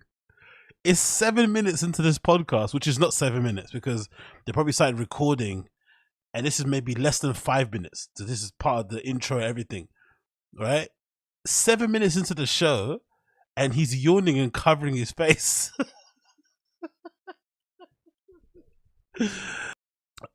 Whatever it may be, but let's be fair to the guy. Let's be fair to the guy a little bit. He was on his way to potentially be a Hollywood celebrity, legit Hollywood celebrity. He was trying to work out to be an action movie star. He was going to be in that zombie movie that didn't do much, but still, that could have maybe been one step towards his final destination. Maybe he could have got a deal for an Amazon TV series. He could have ended up on a Showtime series. Whatever could have happened in the future, we don't know. He's a hot comedian, the one all the girls like, everyone wanted to be friends with, and then he ends up in a position where he's having to rely on Brendan for a check to feed his family. And it's 9 a.m. and Brendan's getting balls deep into this one away joke about mediums. He's probably thinking, God almighty. Of all the places I could be right now, I'm here. This is probably what karmic retribution should feel like, right? Having to do things that you would never ever have done in your previous life when things were going sweet. Because some people say, oh, karmic retribution or something like this is maybe you should be in prison or something. Nah, not gonna happen. This is karmic retribution. Having to legitimately have Brendan sign your checks. That's karmic retribution. Oh, life rips. Was that? Life rip will be Schaub's new tagline. Exactly. Oh my God. Of knowing how to make people feel good. So you think it's all bullshit? I'm not saying it's bullshit. But do you think they're talking to someone from the past? No. Why is he grilling this? This is such a nonsense topic. Like, who cares? Can we make a funny joke, please? No. Then it's bullshit. Don't ask that question because you know the answer to it. Oh, well, I've seen it believe in that because then I was going full circle because you guys shit on Ghost last week. Good. And he was like, yeah, I good. believe that. Now, right back in. I like that. Good work. Good work. Thank Good you. work. Good work. It's Good like work. Jesus Christ. These people are not friends, man. If Brendan wasn't paying them money, these guys would not be sitting next to them. If Chris D'Elia wasn't cancelled, he won't be sitting next to them. If Eric Griffin didn't have, wasn't recently married and maybe has a kid on the way, he won't be sitting next to them. This is a complete relationship made of convenience, right? Or it's a necessary evil. They all need to sit there for, a number of reasons. You can feel it, innit? This is not a warm studio in the slightest. You're older, wiser. It's tough to trick you. Ooh. Call that a gotcha moment in the biz. Yeah. You'll figure it out. Gotcha Okay, that's one. We're gonna count them. Oh, here. Oh, That's two. No, that's one. We got one. That's second. He did look. He liked that one. He didn't like being touched. One was intentional. This one was unintentional. That's one. I can't. It's my, if I like you, I touch you. I get you like me. I'm just gonna count them out. Kevin Spacey says, "Me too." What? I'm just gonna count them out. There's one. There's one hit. Okay. Yeah, that doesn't feel like a good working environment. Hey, sorry. One strike. I'm so sorry. No, it's okay. I'm You a don't have to- physical creature. I know. You're a creature. I'm a power bottom. Yep. We No. explained this. Alpha You're bottom. an alpha bottom. Alpha bottom. Whoops. Yeah. You guys are just bottom, huh? You got beta. You little beta. Little I beta. don't know. No. You little beta. I don't know. Yo, what are these jokes, man? What's going on here? Look at Griffin's face. Look at his face. Look at this host of people. Look. He's thinking, when can he C-clamp Chris? Chris is thinking, don't touch me again. Like, what is going on here, man? What a weird show. You got My beta. ass is too hairy. It wouldn't be. You guys could start a new podcast called Beta Boys. No, I don't think It's just you two, and then I'm just not on that one, right? I'm too alpha. I guess, dude. Yeah, you're too alpha for us, man. Alpha bottom, though. You'd be, Well, our, I'm in you'd the be middle. our Nick. We'd be like, Brendan, look up. And I'm just misspelling things.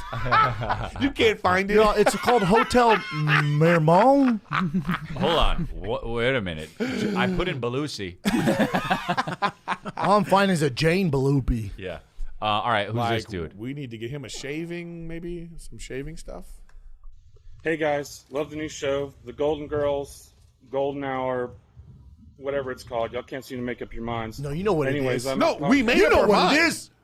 We made up our fucking minds. You know what bro. it is, bro. Yeah, is that your pants, bro, hanging up? Whoa, what is that? A new idea for a segment. It's called Maybe if you listened to him, you would have heard what he said, innit? But hey. The Algorithm. Basically, I want you guys to show what's on your Explore page on Instagram. We all know Brendan supposedly posting ghosts or whatever you call it, but we know that's a lie. You're out there keeping track on Kalila just like she's keeping track on you. Anyways, let me see what you guys got. I'm gonna post mine. Anyways, gang gang, buzz buzz, soar. Woo woo woo woo woo. Way better than I thought that would be. Oh, cute kid. Aw. Yo, that was a brilliant. I think that was a homeless cat. I think there are a few homeless cats that are sneaking in them, posting questions. Chris has got the same face that he's got when he found out that you could save messages on Snapchat by screenshotting them or screen recording them, right? Or whatever it may be, or taking a picture of the screen with another phone. He's got that same face, right? And Brendan looks over it, and Eric was really busting up and laughing.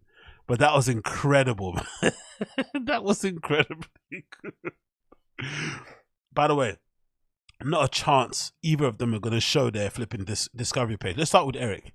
If I'm not mistaken, my law from podcast knowledge, Eric, I remember when the whole thing went down with Chris D'Elia, he was oddly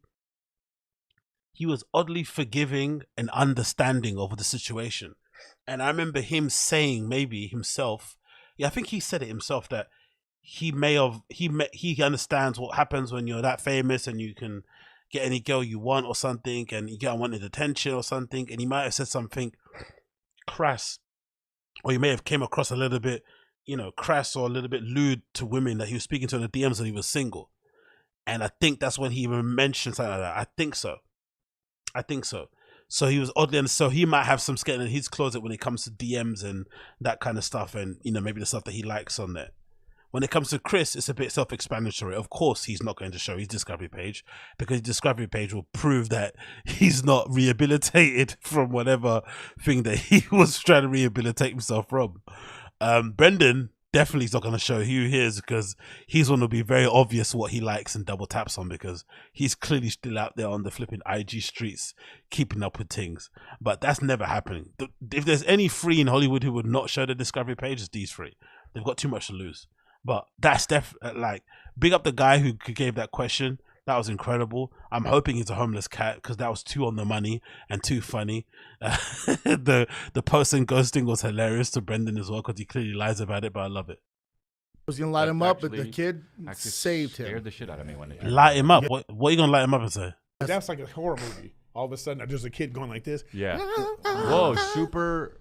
This is what he's been looking at. This is so. If you press the search button on Instagram, Yeah, we're not gonna look at ours. Yeah, go down. I can tell you what mine are. I know people think I'm joking. I legit no, I know couldn't do you don't have Instagram. Yeah. I can bring up my search history, but I'm on DuckDuckGo, so I didn't save your search history. You guys didn't know that shit because you're mine is cars, weird comic things, a couple of big booty things. You know what I mean? Did you try and tell us he doesn't have Instagram on his phone? Is this guy really lying that much? I don't get the need of lying about the non-using of Instagram. It's such a bizarre one to have because he's already told us what social media breaks his heart and makes him upset when he's doing that whole hand on chest thing with Kalila drama. Now suddenly, what, you're a badass because you don't have Instagram on your phone? Huh? Yeah, this is ridiculous. It's that TMZ. Yeah, TMZ ridiculous. is always showing now all it is really big booty. What? TMZ is? Yeah. What did they say? No, I'm sorry, not TMZ. What's the other one? I was like TMZ. Yeah. No, it's another big booty. No, it's what is that? Well, just Click it. BBLs. No. It's the one the one that's always doing like he used to do fights all the time. Ratchet fights. World Star? World Star. Oh, yeah, big World, booties. Yeah. World okay, Star yeah. is all about like. Oh, just that's big-ass hilarious. booties. How dudes that drive electric cars like to be kissed. I don't understand that. I've seen That this just video came that up. says dudes that listen to Drake. This is Yeah, another I one saw that's that like too. that. Well, that's But not I don't fun. understand that guy. That girl's really lifting that guy up, or is that Photoshop? That's that girl's real. strong as That's fuck. real.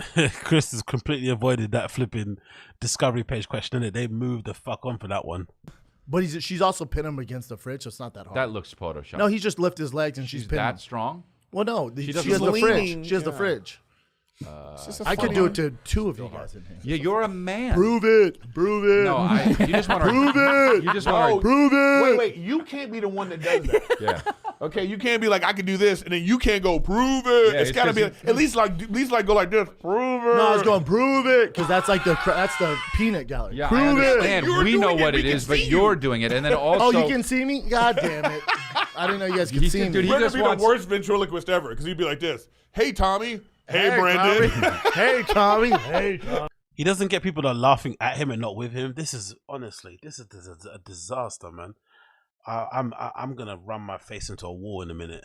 Dude, what's your name? Brendan? You just want our dicks on your chest and stuff. Like that. Like fucking, like around you like that, holding you dicks up against And I'm saying we could do like a centipede thing.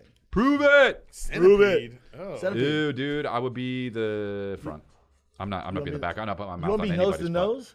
No, the centipede, human centipede thing? Oh, I don't want to. You don't want the back guy, just your mouth on someone. You don't I mean, even the wanna be middle in the guy middle, the middle guy's got it passed. Yeah, No, you want to be the first guy. It's like a ride at Disney. You're in the middle. You're trying to be considerate. You're like, I'm trying not to shit. I'm trying. The I'm first so guy's sorry. the best. First guy by far the best. Unless all the bad. guy in the front's They're all Yeah, really. but it goes in a circle though. You're Oh. actually gonna get it. Oh. Not, I didn't see the movie. Not centipede. Didn't they like come? No, out it was a they did. centipede because centipedes are in a circle, right? Because There's a part two. Where What there's a horrific movie. part two. They're in a Yeah, it's square. horrible. Yeah. Yeah. They make sense. Not as bad as Speak No Evil. which Oh, I made told me you about watch. Oh, I was did it- not make you oh, watch don't it. tell I me. told you don't You did, watch you it. did. Is it me or is anyone feel that the seating problem is strange?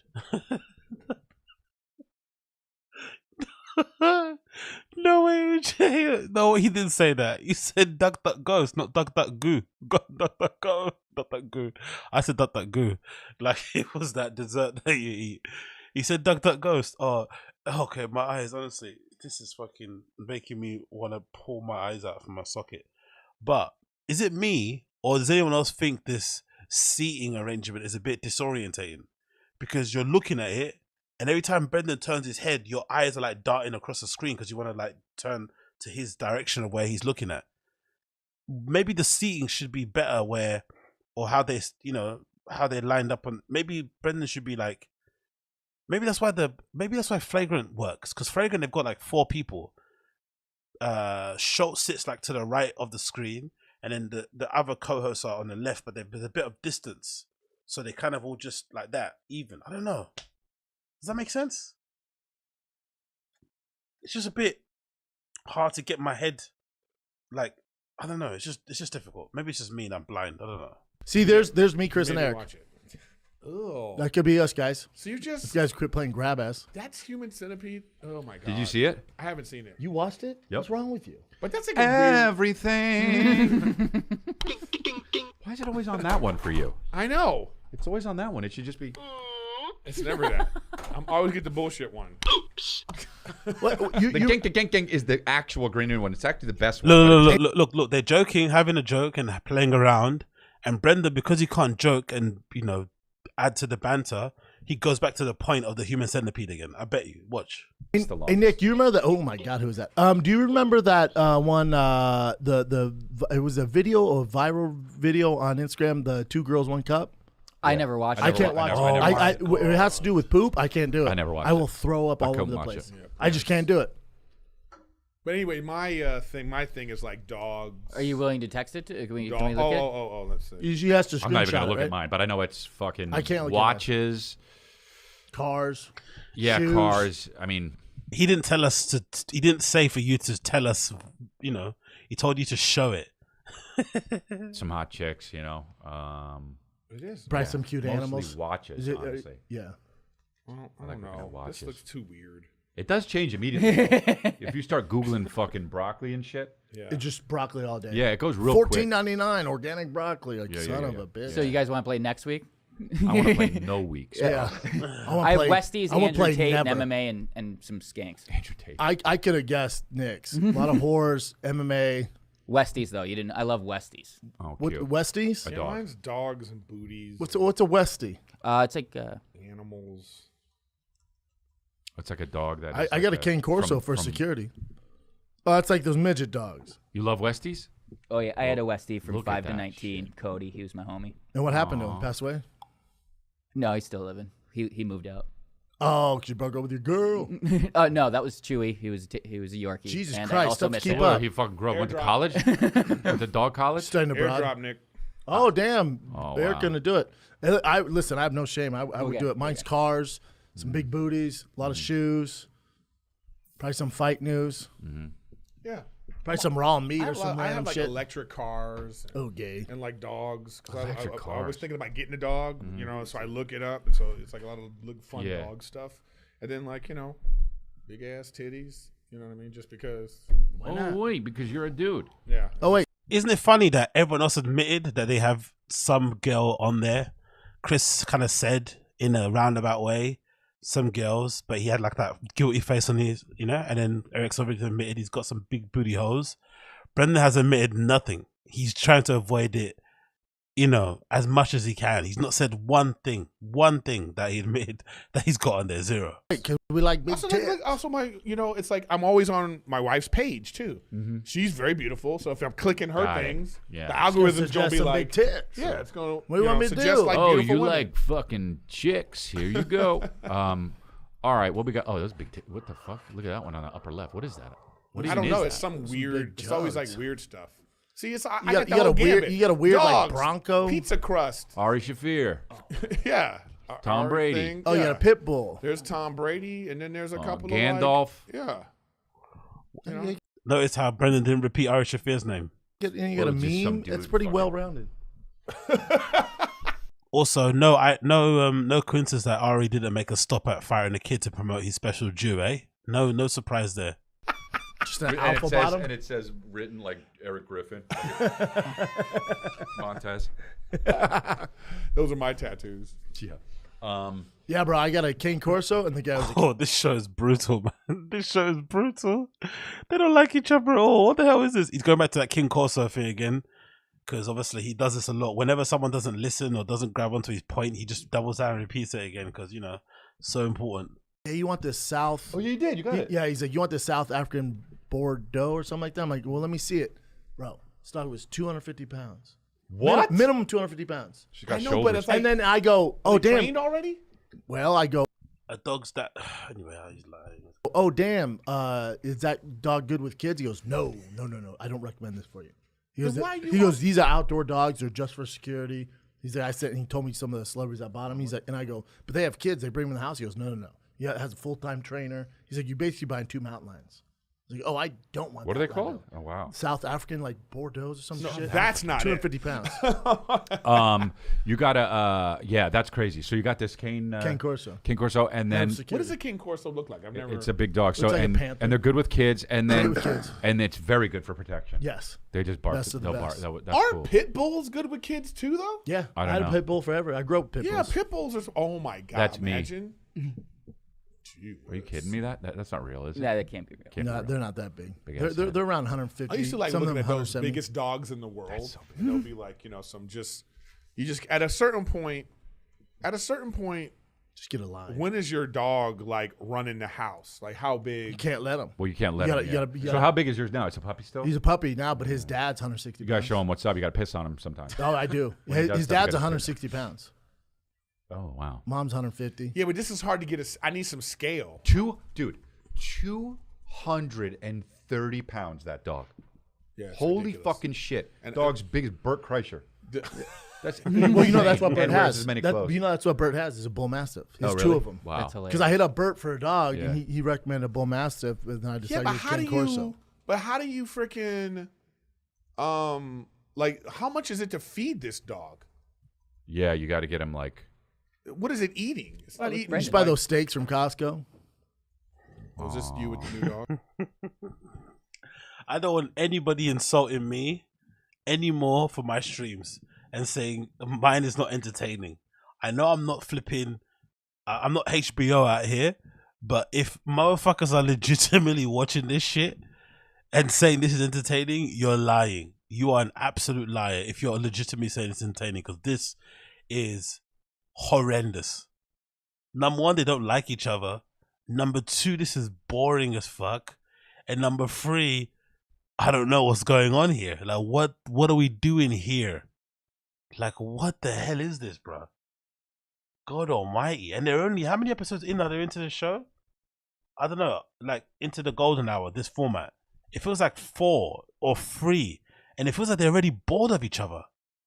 Legitimately feels like they're bored of each other. That's what it feels like. Maybe the show's decent, but it feels like they're bored of each other. That's what's going on here. Like, they legitimately had enough of hanging around each other already. No, that was me with that. Because usually with these podcasts, I don't know if it's you, but usually if you watch a podcast or a live stream, especially when it's other people, sometimes you get the feeling like they can't wait to get in the studio to like share a funny story, anecdote, you know, try out a joke, maybe tease somebody about something they saw on social media. You get the feeling like they can't wait because this is what they've been, you know, they've been building up all week, saving this thing or so, whatever. With this, they're just clocking in and clocking out. There's nothing about it at all. No kind of sense of like love. I don't know. It's just, it boggles my mind that this is already looking like it's about to end and it's just already started. Fear was right to jump ship, man. This is not going well. And that dog was $8,000, and he only spoke German. And well, it didn't speak anything. No, it spoke German. Hello, I would like more food, please. Thank you very much. Yeah. You went 9. Also, Brendan doesn't like getting corrected, so every time Chris corrects him, he gives him the death stare. He hates it. He hates being corrected. Can I go inside, please? No, his commands were only in German. He only understood German. Okay, what's this about? Whose is that? Take a guess. Wow, That's Chin. Chin. It's kind of weird. Chin's single. Is it weird? Chin's recently single. Makes sense. Wow. Chin's watches Jack. No, it's an We're all fine with this except for the naked black guy. We're wondering about that's Conor McGregor. That's Conor McGregor. Conor McGregor. No, we did this before. As to what that guy's about. The what? That's Photoshop. You probably got to blur that out, huh? On the middle. I thought it's actual porn. It looks like actual porn. That is hey, so hey, funny. Chin. Hey, you know what it is. But this is what I don't understand. I gave him 2. I refreshed it too. So there's 2 things. One, I don't understand. Like, are they still talking about this bit? This one question. They're still talking. That's how you know they got nothing to talk about. They're still talking about this one question this guy put in. They're still going on about this. Oh my god. You refresh it because he was like, no, not that. And you refresh it to this, and he was like, that's a little better. No, they're both right. They're both creepy. No, but we did this. I don't even get. No. I got some people saying in the chat, they got, what's the thing called? What's something said? I think Nick G said it, right? What someone say here? I heard someone say in the chat something about, probably don't have anything to talk about because they speak to each other a lot off camera and they told each other all the stories. No, don't get it twisted. What I'm saying is that I don't think they like each other as people. I think they discovered that now they have to hang around each other on this show and maybe make this thing happen, or maybe the planning that went behind it. They've realized they don't actually like each other as people, hanging around each other, especially with Brendan involved. I think maybe there's some love between Chris and, you know, and Eric, because maybe they've got similar comedic tendencies and shit, but the Brendan thing is not working for either of them. And I also don't think they hang out. No way. Maybe before he got cancelled, you would see more pictures and videos of Brian with Chris, because these guys are quite vain and they're pretty shallow and everything has to be on social media. So the fact that you don't see many images or pictures or videos of Chris and Brendan hanging around each other clearly shows that they're not friends. And don't be confused. Just because Chris has got a kid doesn't mean he's not out and about. He's always posting on his stories that he's going to get this and going to get that. So I just don't think they hang out with each other outside of the pod. They don't talk much either. And this is what you get. You get this haphazard show that looks like 3 guys who are just there to get paid. Get OnlyFans when this is right on your. Yeah, I don't know either. You're not following the OnlyFans. I think people like OnlyFans because they have a more personal experience, right? Like, don't you talk to the girl? I think you can. I've never subscribed to it. I know people. I'm trying to pretend I don't know how OnlyFans works. All right, cool. Let's all pretend we don't know how it works. Well, that make crazy bank on it, and they're like having sex on it, like sucking dudes off. and Oh, stuff. right, Yeah. right. Well, I That's what get Instagram that. don't show. I get that, but what I'm saying is like, well, here's what I really mean. That chick that was on that thing, she's giving it away for free. Yeah, why don't you do it? Yeah, that's what I'm saying. I guarantee she has both. She thinks if she's making money for it, then she's a hoe. You know? Don't ever think you're not in the right about Chin's god awful singing. I was laughing today and knew you'd cover that awful song. Oh, yeah. Big up Drone Adventures. Thank you for the $5, brother. I appreciate it. I'm just thinking about it now. What's strange here? It's just his faces as well. And he doesn't open his mouth and enunciate what he's actually singing. He just does this.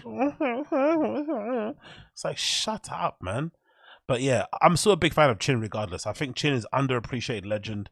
I know some people don't like his producing, and someone mentioned in the chat I think his clips are late or something. Okay, maybe his finishing isn't the best and he doesn't have the touch of the, he doesn't have the finishing touch. He doesn't have the kind of exquisite level of detail, attention to detail, whatever it may be. But just in terms of cranking shit out in some level of time, right, and get it being somewhat punctual, I think he's still a legend. I think he's still the most important person at flipping Thick Boy Productions. Without him, that whole house comes tumbling down. And he should be getting paid way more than he's getting paid now. If he's getting paid 50, he should get 100 grand. If he's getting 100 grand, he should get 200. If he's getting $500,000, he should get 1 million. He's the most important person there. But I'm pretty sure Brendan doesn't pay him that much. But he should be paying him way more than what he's on. That's hilarious. Yeah, They're giving it away for free. Yeah, I don't understand. Like, I bet she has I both. think we should start calling these people who do this porn stars. Yeah. Like, oh, this is a porn. Oh, you're a porn star, and then she goes, no, and you get. Whoa. Remember how we used to she's go, not hooking up remember with how we used to anybody? go Instagram model? We used to like frown on Yeah, Instagram yeah, models. yeah. Now they're That's the only the models. yeah. It's the same thing with this. Porn star is like, oh, I'm not a porn star. It's like, all right, well, Yeah. we're not. It's no shade. No. Not, the only No, shade is this is say what you empowering. call it what it is. This is empowering to women. What the fuck is this, man? Can someone tell me what this is? What is this? What are we doing here? We're out here, free middle-aged men critiquing what is porn and what isn't porn. Okay, I guess. Oh, another super chat. Big up Drone chat. Big up Drone Adventure. Sorry. That and when you write a song, you come from the heart, and after 8 years changing diapers for Tfatk, he's broke. Honestly, every time you keep mentioning the song, I just keep seeing Chin's face. Like, I just keep seeing that face. Honestly, man, that's probably the same face he pulls when he has to buzz, and it's hilarious when he's doing it when he's come. Honestly, what is this show, man? They're now debating the merits of. Honestly, Jesus Christ! Honestly, maybe Chin should pull out his guitar and just start singing to kind of ease the mood a bit here, because I feel a little bit of tension going on. That's like your exactly the way it's to fuck. Are you ready to fuck?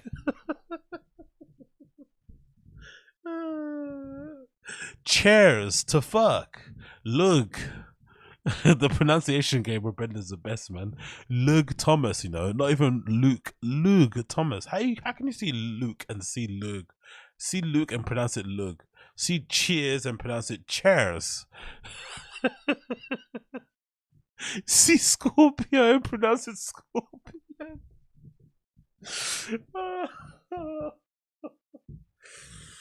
Oh, this guy is the best, man. You're putting on a suit, you got a hard hat on, and you take fucking a bunch of water and you try to put out fires, and people are like, oh, thanks so much for coming, firefighter. And you're like, I'm not a firefighter. Yeah, dude, you just put out you're the doing fire. all the things a fire. Oh, what's the thing Chappelle Yeah, but said? you came in a truck and it was making noise. You got a cat out of a tree, and I'm not a firefighter. What's Chappelle's joke? If you're not why do you have the hoe uniform if you're not a hoe or something? What is it? It's funny. I forgot what that's. Yeah. All right, cool. Do you have another They just call them influencers. Let's take a break and talk about joy mode. Oh, dude, you ever been to the gas station? You get like Rhino 3000, so you get your wiener hard. Yep. No, Whoa. The gas station. Nigga can't pronounce 3000. No. You get like Rhino 3000, so you get your wiener hard. Yep. No, Is he doing it on purpose, or is he can't pronounce 3000? The gas station, you get like Rhino 3000, so you get your wiener. Jesus. Hard. Yep. No, I've never done that, Oh, they but look I know scary. I know they don't work. Yeah. They're scary. They're Yeah. not safe. You have no idea what's in there. I wish there was. Okay, anyways, fast forward. Restrictions apply. See show notes for details. Oh, I forgot that we were still Dude, I don't like doing how these guys always nose up. It's like we're blowing them. Yeah. With the angle. Oh, now I can't get that out of my head. And Well, then the have mic is fun, like dude. this. Yep. Hey, guy, what's up? Yeah.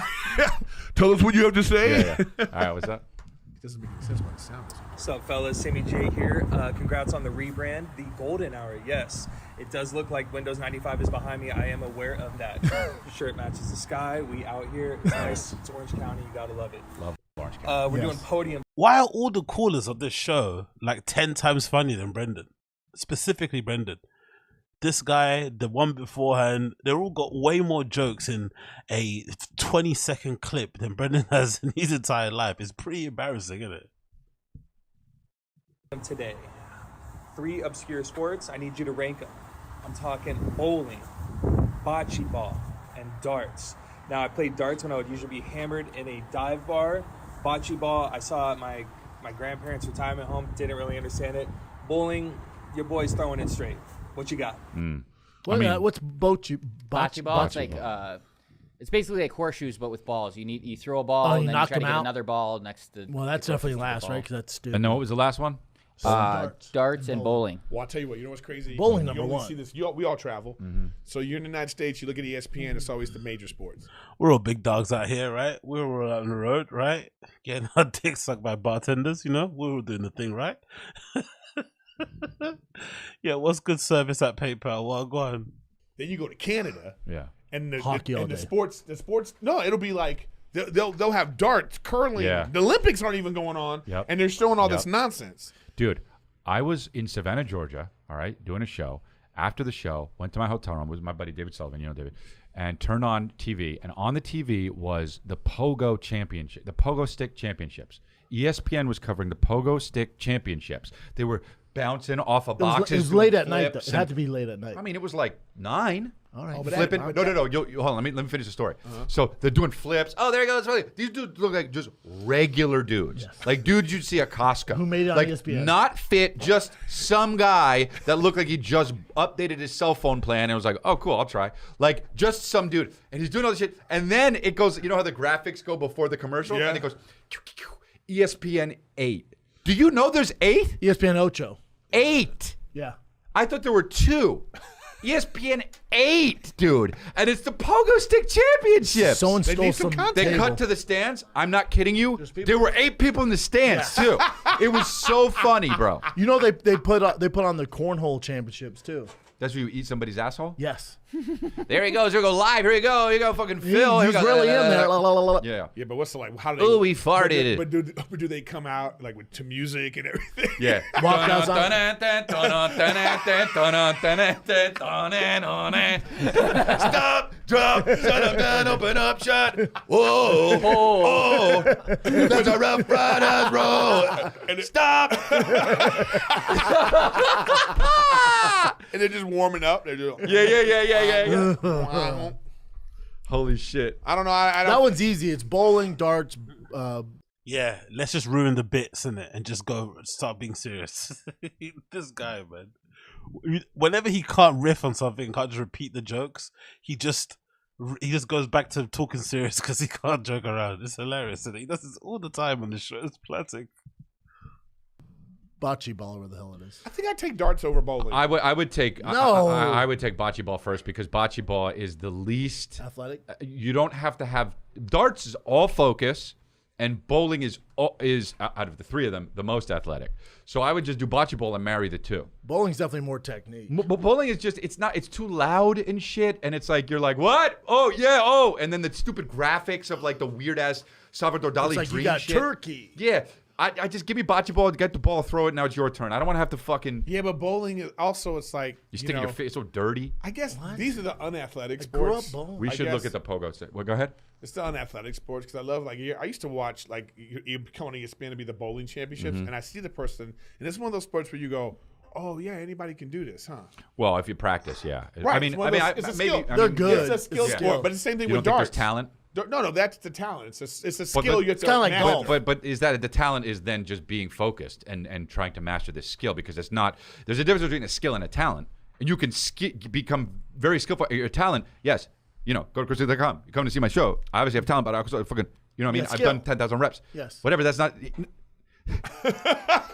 See, I did that. The Lord See, I Jesus Christ did that to me. That was a ghost. Yeah, no, he Big needed boy to be ghost. taken Yeah, down. yeah, yeah, yeah. It's so funny. Wow. That's actually That so was funny. God going, let's take down a notch. That's so funny. Take it down a notch, God said, let's take down a notch.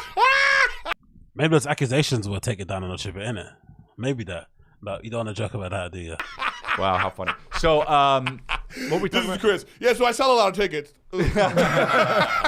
Every time he brags, just goes down. Next thing you know, he's doing the show from down here. Yeah. Slow on the way, guys. What were you You saying? have talent. You have Talent, talent. I skill. think I think You're saying bowling, darts is skill? well, golf skill? that's what I'm asking. Is it a talent? Or can you be a talented bowler? Yeah. Or is it? But what you're saying is it's a skill you can learn over and over again. Like there are comedians that have pure talent. Correct. Bobby Lee. You know what I mean? He's just obviously a funny, hilarious guy.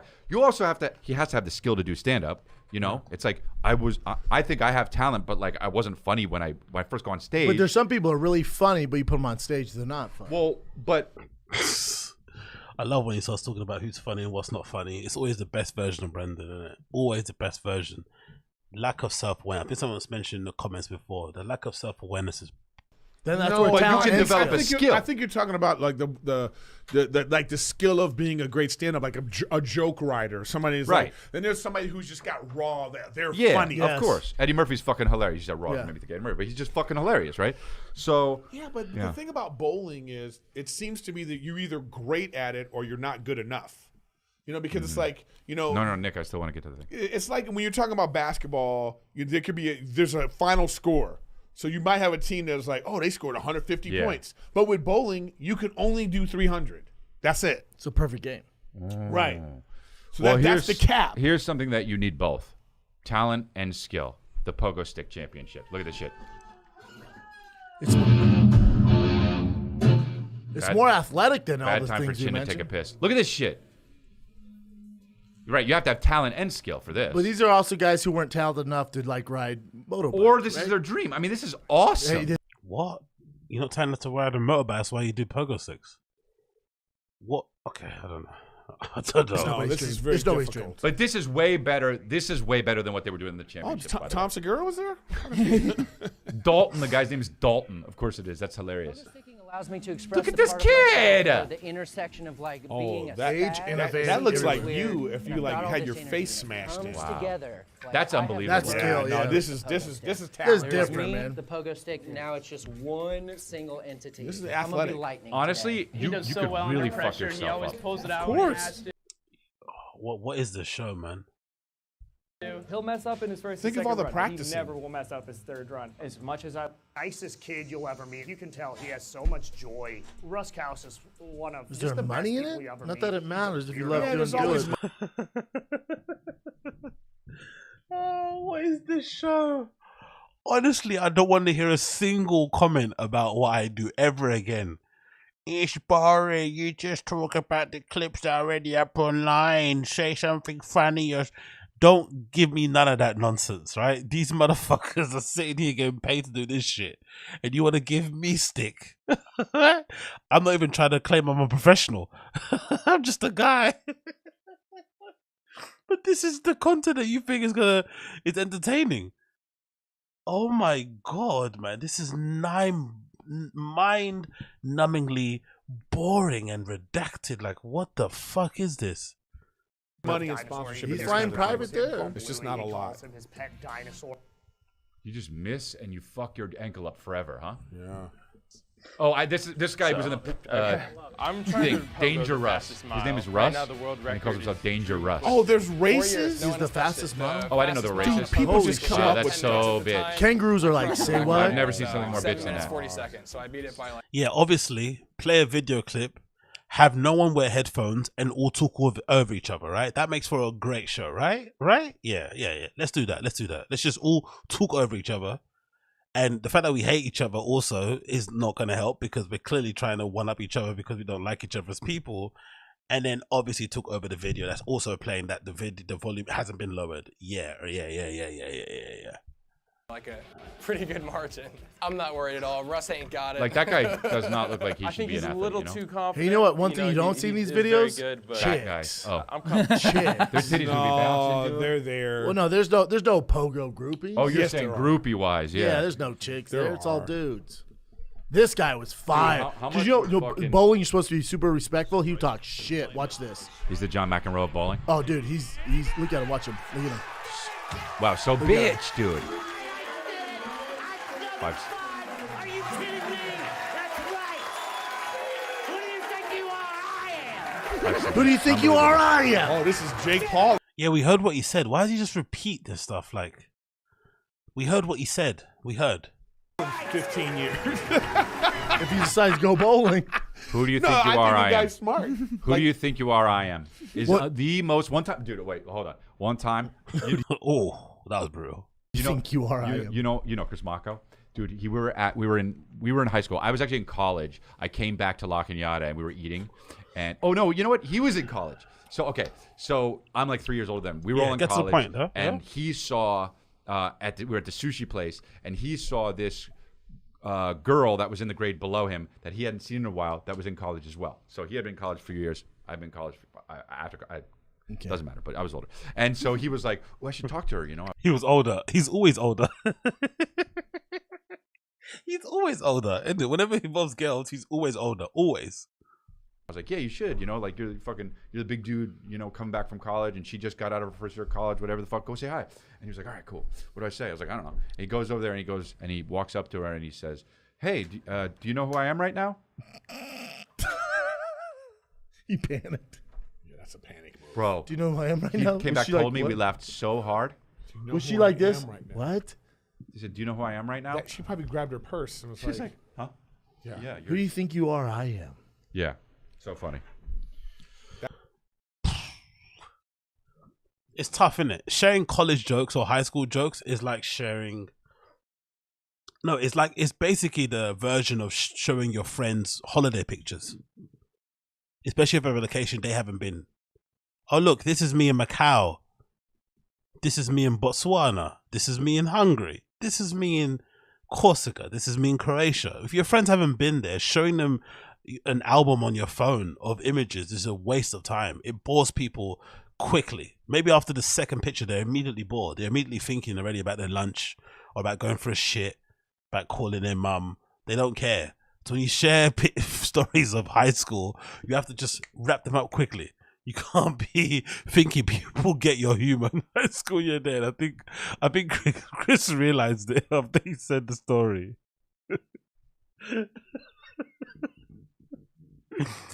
He's just sitting there. Look at his face. He realized it's not okay. This wasn't the best story to share. But hey, we all do it, innit? I've done it by myself as well, innit? You know how it is. That's one of these. What's this? The dark guys? Yeah, 100%. Darts is look how big- casual. Look how darts is casual. big in England. Low with the darts in the second leg. Oh my god. Are they gonna watch every single? Oh my god, this show is. Look, he's so good that they have it so close to zoomed in. They know he's gonna make it. They're all built like Ron White.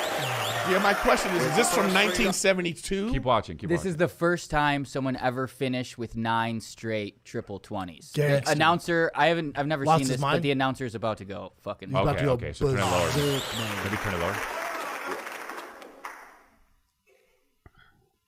They're just in the zone, these guys. Second dart just about hanging on. So he missed. Just about to Night hang can on. low. I Hit. love how the announcer's making it so serious. Second maximum. This dramatic. right here, right? Look at this guy. Hey yo, I can't do this, man. I have to fast forward a bit more. This is making my eyes bleed. Bowling and darts are tied.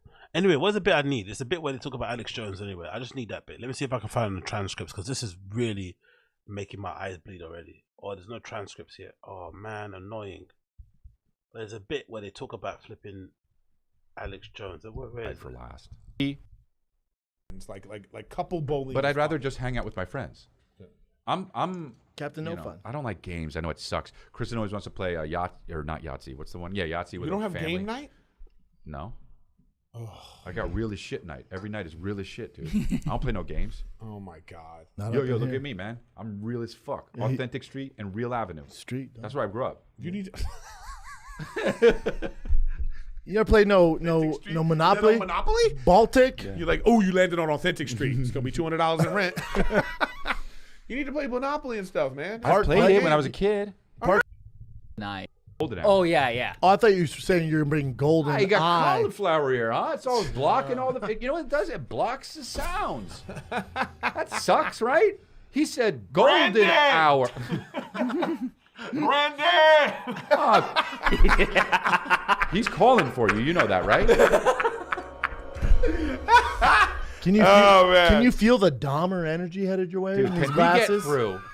I will. I will eat your. Without you mentioning Dahmer. I will eat your dick. Can we get Was that in the through fridge? Like one- Kobayashi. Jesus Christ, he loves. Oh. I'm glad they're just exposing it as well and highlighting it. Can you just just Jeffrey Dahmer thing? Honestly, I might have to end this, man. This is legitimately making my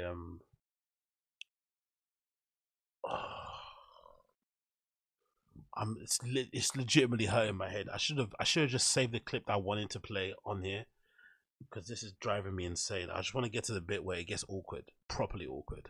Oh my God. You know what? You know what would be in the fridge? You'd be like this. You'd be like, no dick. Oh, it's on the door. Oh, there it is. It's No, condiment. because isn't that one where the butter is? Yo. No, it's a condiment. You take it out. You go. Oh. Yeah, bro. Oh, whatever, bro. The fuck out of here. That's a you joke. It's disgusting. But I want it right there. Or with the eggs. little You know the sliver little off. egg things? Like, Just take a bite of that's it. where the balls Just take a are. bite of it. Like. Is this Us idiots are oops. bite of it like a cucumber? The balls are where the God, eggs imagine are. your family died. Here by he is Dahmer. again, everybody. Imagine, Nick walking in front of the imagine camera. your family died by Dahmer, and we're Hey, is this- us idiots are oops. And us idiots are out here making fun of your fucking family's cocks and balls and ice That's trays. true. We're so sorry. Yo, he Now, didn't Brendan, even take- what did you have to say? Hey, is it poor taste if my flyer for Milwaukee's the Yeah. Dahmer cover, but my face? Whatever, bro. Is that poor it doesn't taste? matter. Is that poor Yes, taste? but Is that too much? I already did It it. happens You already to- did it. You know. No, I have. It's in the works. Let me send it to Nick. On it, but And it's his hometown. or subs@gmail.com. Send in your holiday. This is tough, man. You have to be a real fan to listen to this show, man. A real fan. And listen, I'm a Bruce He Lee wasn't fan. an He was actor. a, He became an actor because of what he did. No. We He was a gotta really look good. at Bruce's He was a good businessman. That's what he did. That was his best thing. He was open minded. Listen, legend, pioneer. Not a fighter. Yeah. He wasn't a real fighter. Mm-hmm. You know about Bruce? Facts. You know about Bruce Leroy? Yeah. You know about the movie Bruce Leroy? Yeah. Bro, show enough. Show Yeah, enough. you're talking about Boom boom boy. Yeah. wow. Can you imagine that that Okay. Enter the Oh, Dragon it's coming. Is it coming? made $200 million back then? It did? Yeah. Whoa. There were still a lot of Asians. Even No death to the chest. He was going to Blank be a bullet. star because he had Hell that. Yeah, you he know, was, bro. He was about He to had the blow look. up. He's bigger than his dad. He was in that movie with Dolph Lundgren, and he had that famous line, "You have the biggest dick," or something like that. Oh, is that a porn? That's a porn you saw yesterday. No. Yes, you're Brandon confusing. Lee says to Dolph Lundgren, "You have the a big, biggest you have a dick?" huge dick." Or In something what like that. movie? Masters of the Universe? No, this one right here. It was Showdown in Little Tokyo. Thank Oh. you. He I'm says that to him? Yes, and he says it. That was an ad lib, I heard. It might have been. No, I'm kidding. He's improving. Oh, You you have the basically big. got seen White Man? So, Brandon, this time, just say whatever you want. Have a good time with it. And action. The director like this. I don't know. Leave it in. It's kind of wacky. And scene. You have the biggest dick I've ever seen on a You white have man. the biggest dick. And was shortened by Warner Brothers. You know what? Oh my god, we're gonna get to this bit in a minute, but this makes me think about what's that show? There's a channel. There's two in it. There's Two Ladies to Try, and there's the other one. I think it's called like Joke World or something.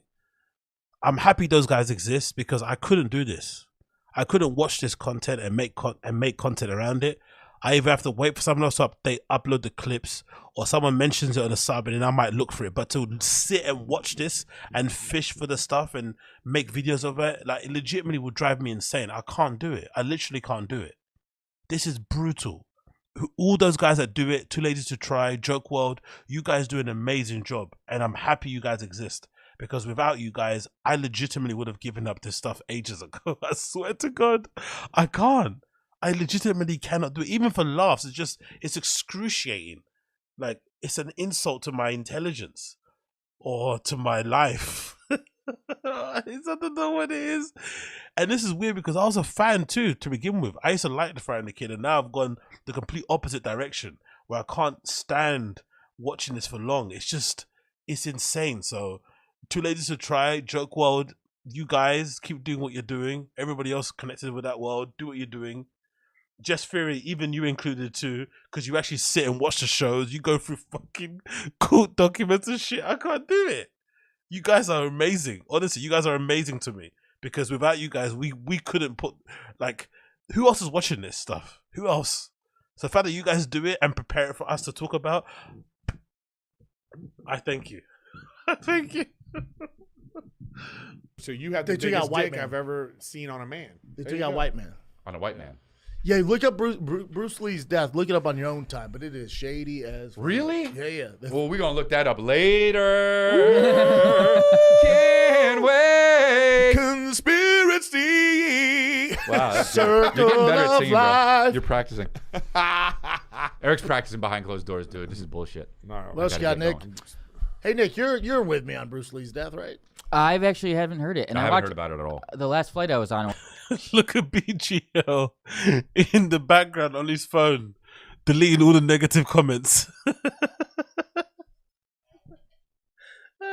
It's fucking, I don't lie, and just sitting there, like, you know what I mean?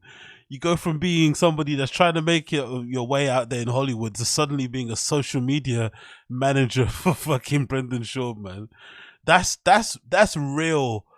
That's a real reflection of how hard it is to make it into no, I can't redacted right now. How hard it is to make it in Hollywood.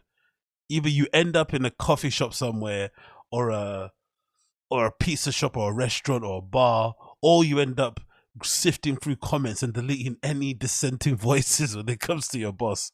It must be brutal, innit? Like, legitimately brutal. Because I said it before, I think on paper, BGL should be a Hollywood star, innit? The way he looks, he should be in something. He should be like a, I don't know, muscle guy #4 in some TV series or something, right? Like, he should be something in some show. But instead, maybe the look has made him typecast or something. I don't know what it is. He's just not there, and now he's have to pivot his career because you live out there now. You want to continue that lifestyle, and you're making skits and stuff in Zoo Culture Gym, and you're also looking after Brendan Schaub's social media accounts and filming skits with him in a bathrobe in some hotel that looks like it's got a nightclub attached to it. It's horrible, man. It's fucking horrible. What a life. That's why I appreciate just having a regular 9 to 5. Just having a regular boring ass job, doing regular boring ass things, just living a regular life, streaming on the side and just chilling. Trying to become a Hollywood star and chase your dreams probably does more damage than good, because you might end up here. You might end up making it, or you might end up here. You know what I mean?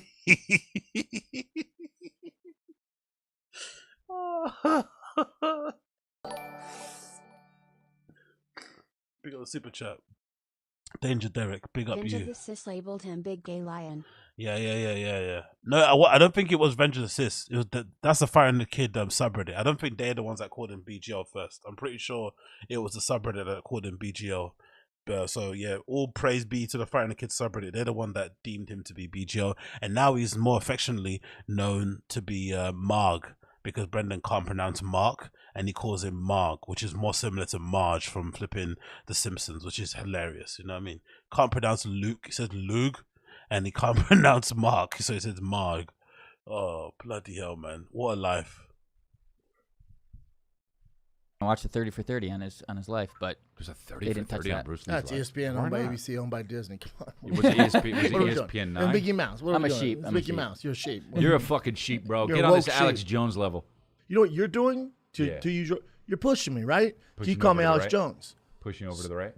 Well, I didn't need much of a push, did I? But I wear the merch. I'm I wear the nudging. merch. My nudging? You're nudging me over the Don't edge. push me. Don't push me to the right, bro. Eric is a staunch Republican.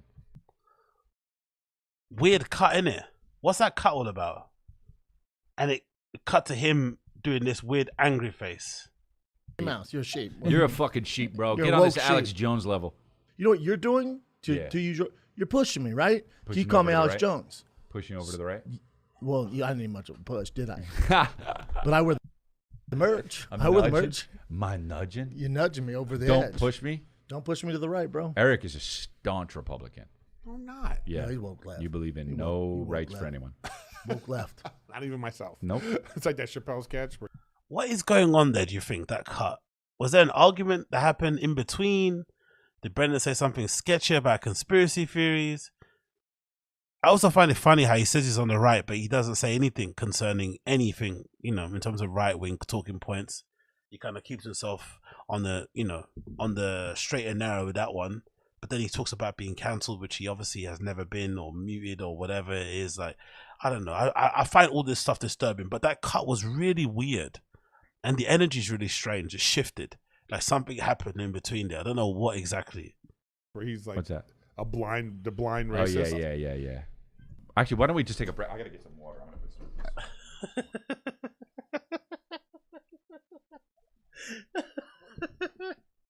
When somebody takes a break and gets up, instead of asking for permission, like, do we all agree we want to go for a break? That's a sign that.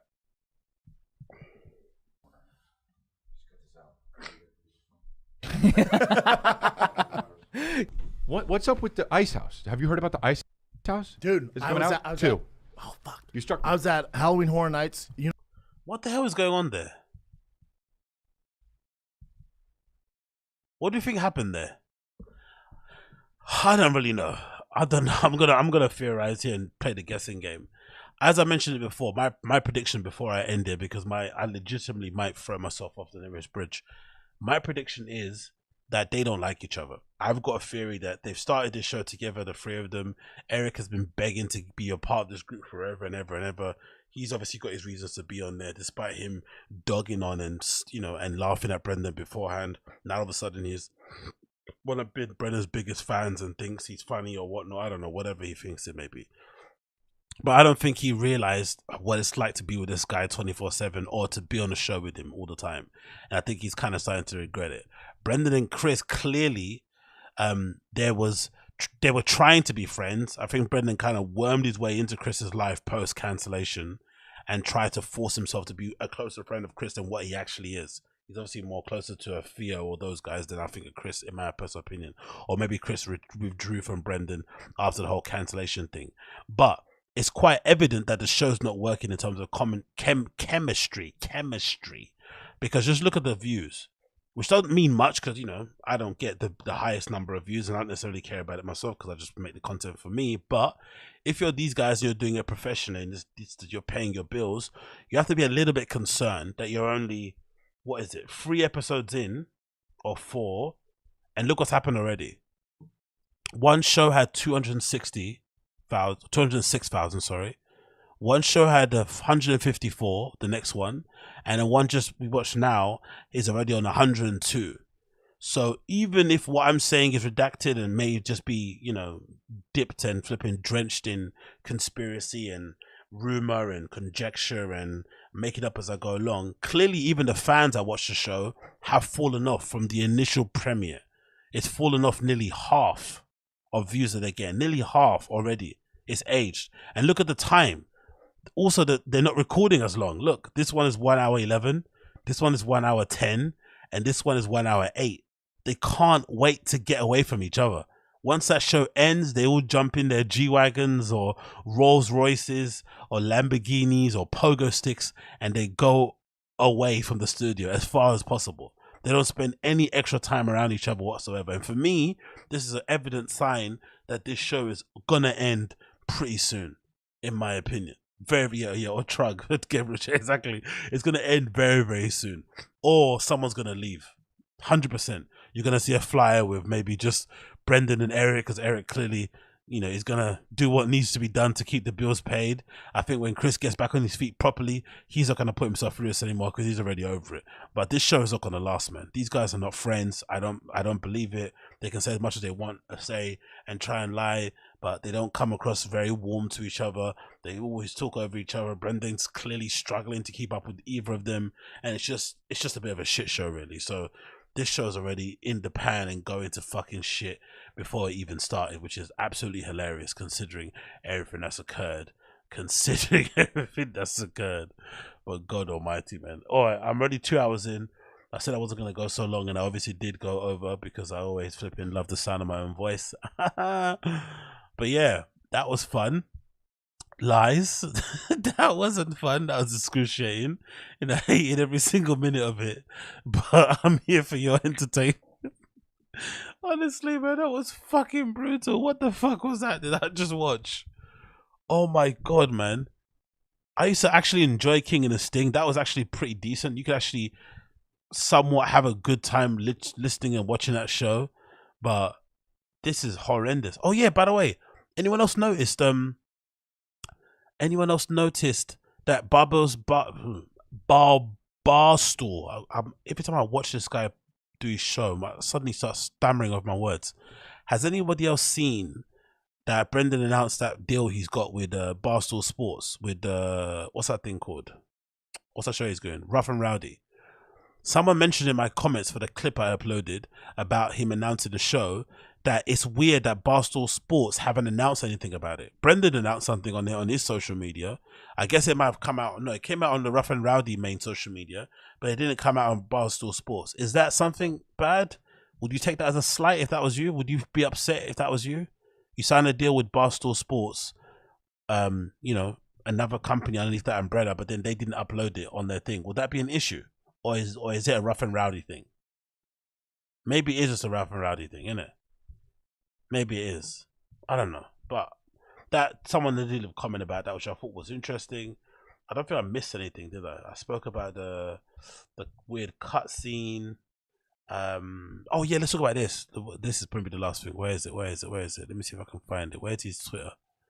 Let me get it up actually. Brendan Schaub Twitter. Let me see, because I thought this was hilarious, and this is going to be a good place to flip in. This might be a good place to flip and end it properly, because I thought this was hilarious, because this was something that I think you can see in all lolcows, and I would describe Brendan as a bit of a lolcow, even though he might not be. Yeah, I think he is a lolcow. I think he is. I think so. If I could say Hassan Abi is a lolcow, then I think this guy definitely is a lolcow. But I thought this was pretty interesting. This is on Brendan Schaub's Twitter account, right? So let's go in here. Let's see if it loads up. Come on, hurry up. Let's get on the screen so you can see it as well. So this is on Brendan Schaub's Twitter account, and I thought this was hilarious, because this to me is quintessential lolcow behavior. He posts this on his Twitter account, right? Which is pretty innocent enough and doesn't necessarily need to be spoken about this much, but I thought this is hilarious. Look at this. This is a clip that he's taken of, you know, some Asian fellows and ladies eating, doing their mukbang thing, or maybe just eating and recording it. I think technically a mukbang. Yeah, is it a mukbang you have to record into a camera? No, you don't, do you? I think the mukbang is just the eating of food, right? I'm assuming. Whatever the definition of a mukbang is, whatever is what they're doing. They're recording, eating loads of delicious Asian food, and, you know, slurping and sucking on everything that they're eating. And clearly, if you're into that kind of stuff, you would love this type of content, right? Now, this is not really much of an issue. The issue is the caption. The caption's hilarious. It says, "This is my worst nightmare. I'd rather have dinner with the Manson family than deal with this. Anyone else have misophonia?" The funny thing is that he can't pronounce misophonia without mispronouncing it. And also, classic Brendan, there's a serial killer flipping, you know, example thrown in there.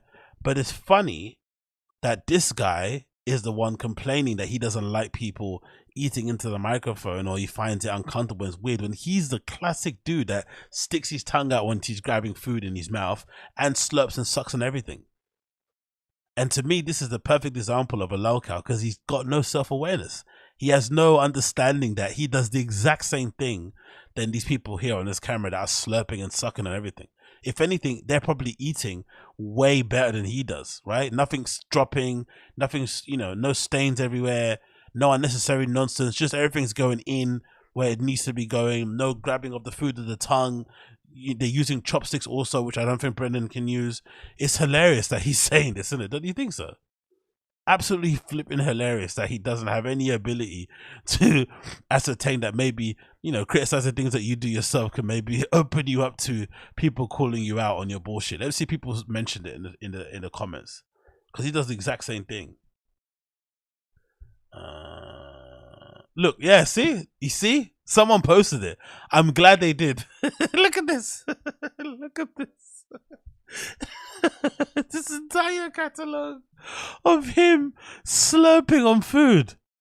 This one here is the worst, because I think this picture here is from an old episode of T-Fat-K where he said he stepped in dog shit with these Jordans. And if any of you own sneakers, doesn't matter if it's not a Jordan, if you've owned a sneaker, you know there's loads of flipping, you know, little grooves in the tread at the bottom of the sole. So if you step in some shit and you're wearing a pair of sneakers, most likely, unless you're willing to flip in, you know, power wash that shit or go in with a toothpick, you might have to throw those shoes away, because if the shit goes into all the grooves, it's literally impossible to get it all out. So he decided to then take his fingers and stick them in his mouth and then lick whatever shit he thought was on the shoe off of it, using the spit from his mouth, like legitimately vomit inducing. Even more so because he's somebody that doesn't believe in washing his hands. He doesn't wash his hands after he pisses or anything. So it's just honestly crazy. But the craziest thing for me is the tongue thing. The sticking your tongue out to grab your food thing like that. My first initial reaction to this when I first saw him do this, right? This is my theory. I thought it was the fact that he has a sweet tooth and he likes to capture whatever flavors of the food he's eating on his tongue first, as opposed to, you know, some people, you know, when you're a kid, there were some kids that used to enjoy, or people even nowadays, I'm guessing if you're an adult, like to enjoy taking a flipping shit, what that map. Anyway. I know some people like to take a spoon to Nutella and just eat it like yogurt, right?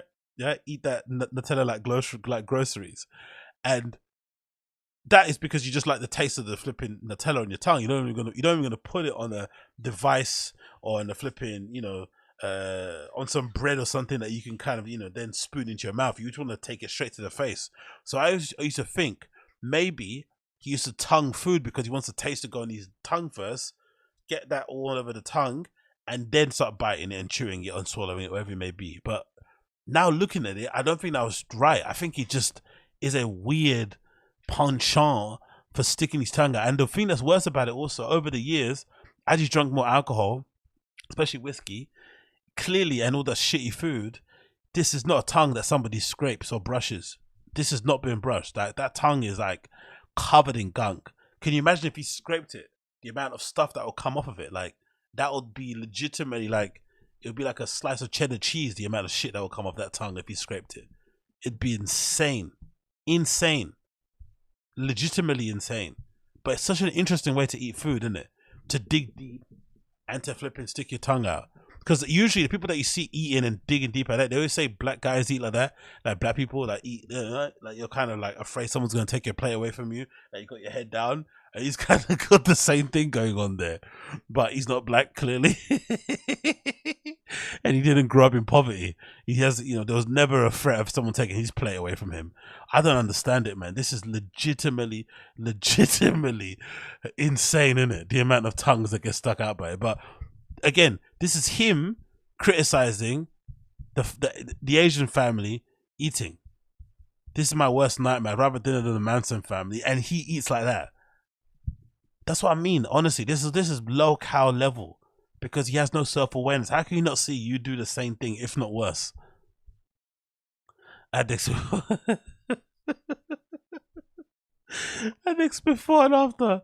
Cocaine, alcohol, crack, tiger thick. Yeah, the difference between him is like, oh my god, brother, look at that. Look at that. That is real, innit? Jesus Christ. What the comment saying? Yeah, see? Look, exactly. Such a hypocritical loser. I never eat on mic. Cut to him eating. Cut to him being a fat liar. Bonus points because he never breaks carnivore or keto. Exactly. And I think everything he's eating here, you know what's funny too? Because everything he's eating here is not keto. Everything. Nothing is keto. Maybe the coffee, but everything else is not keto. Even coffee is not keto because if you drink coffee, that knocks you out of ketosis. So nothing is keto. Honestly, exactly. Look at the memes. Honestly, the fans are the best. Look at this. Look at this meme. Look at this. This is amazing. Look. He's eating alongside the family. He's there. He's part of it. If anything, he looks like the odd one out because he's sticking his tongue out and everyone else is eating regular. Oh my God, that's flipping brilliant. Look, and they've even got the overlay with his thing on top of it as well. That's freaking awesome. Oh, my guy's tweets is always a cookout in the replies. Oh, the what? Brendan is the kind of girl to ask you a question and then answer it for you before you get a chance to speak. You're Brenda, so. My worst nightmare is running into somebody who paid to see your stand-up.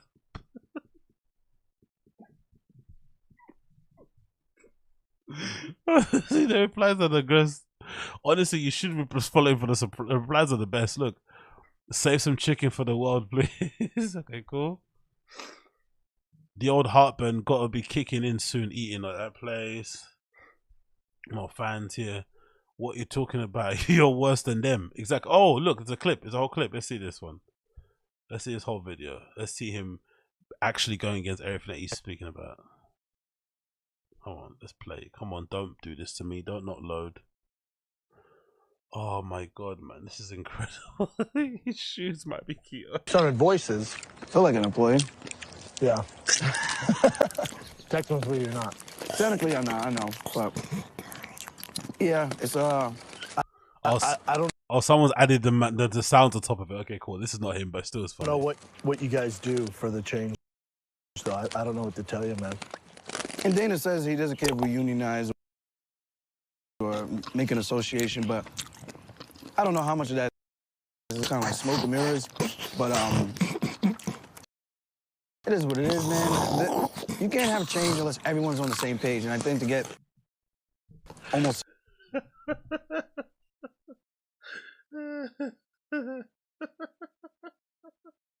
more chairs. 600 fighters on the roster to all want to stand together when someone's coming in. Their first UFC fight, they're making serious money. Not even. Oh, that was brilliant. Big up more chairs. Even though my flipping video doesn't flipping play.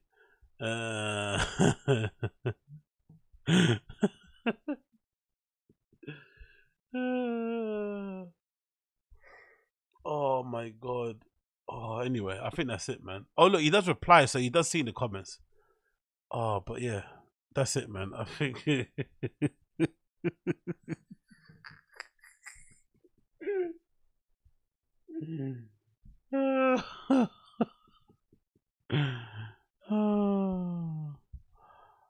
Oh my God. I think I'm done. I think I'm done. Oh my. Oh. I think I'm done. Yeah, Jess. It surprises me how many fighters hang out with Brendan Schaub knowing he's an enemy of the UFC state. You know what's funny? If you believe what Ariel says, I don't know how true it is if he was not just trying to stick the boot in. When Ariel was going through his beef with Brendan, you remember what Ariel said? Ariel said that allegedly Brendan tells those guys if they come on his show, he will get them on Joe Rogan.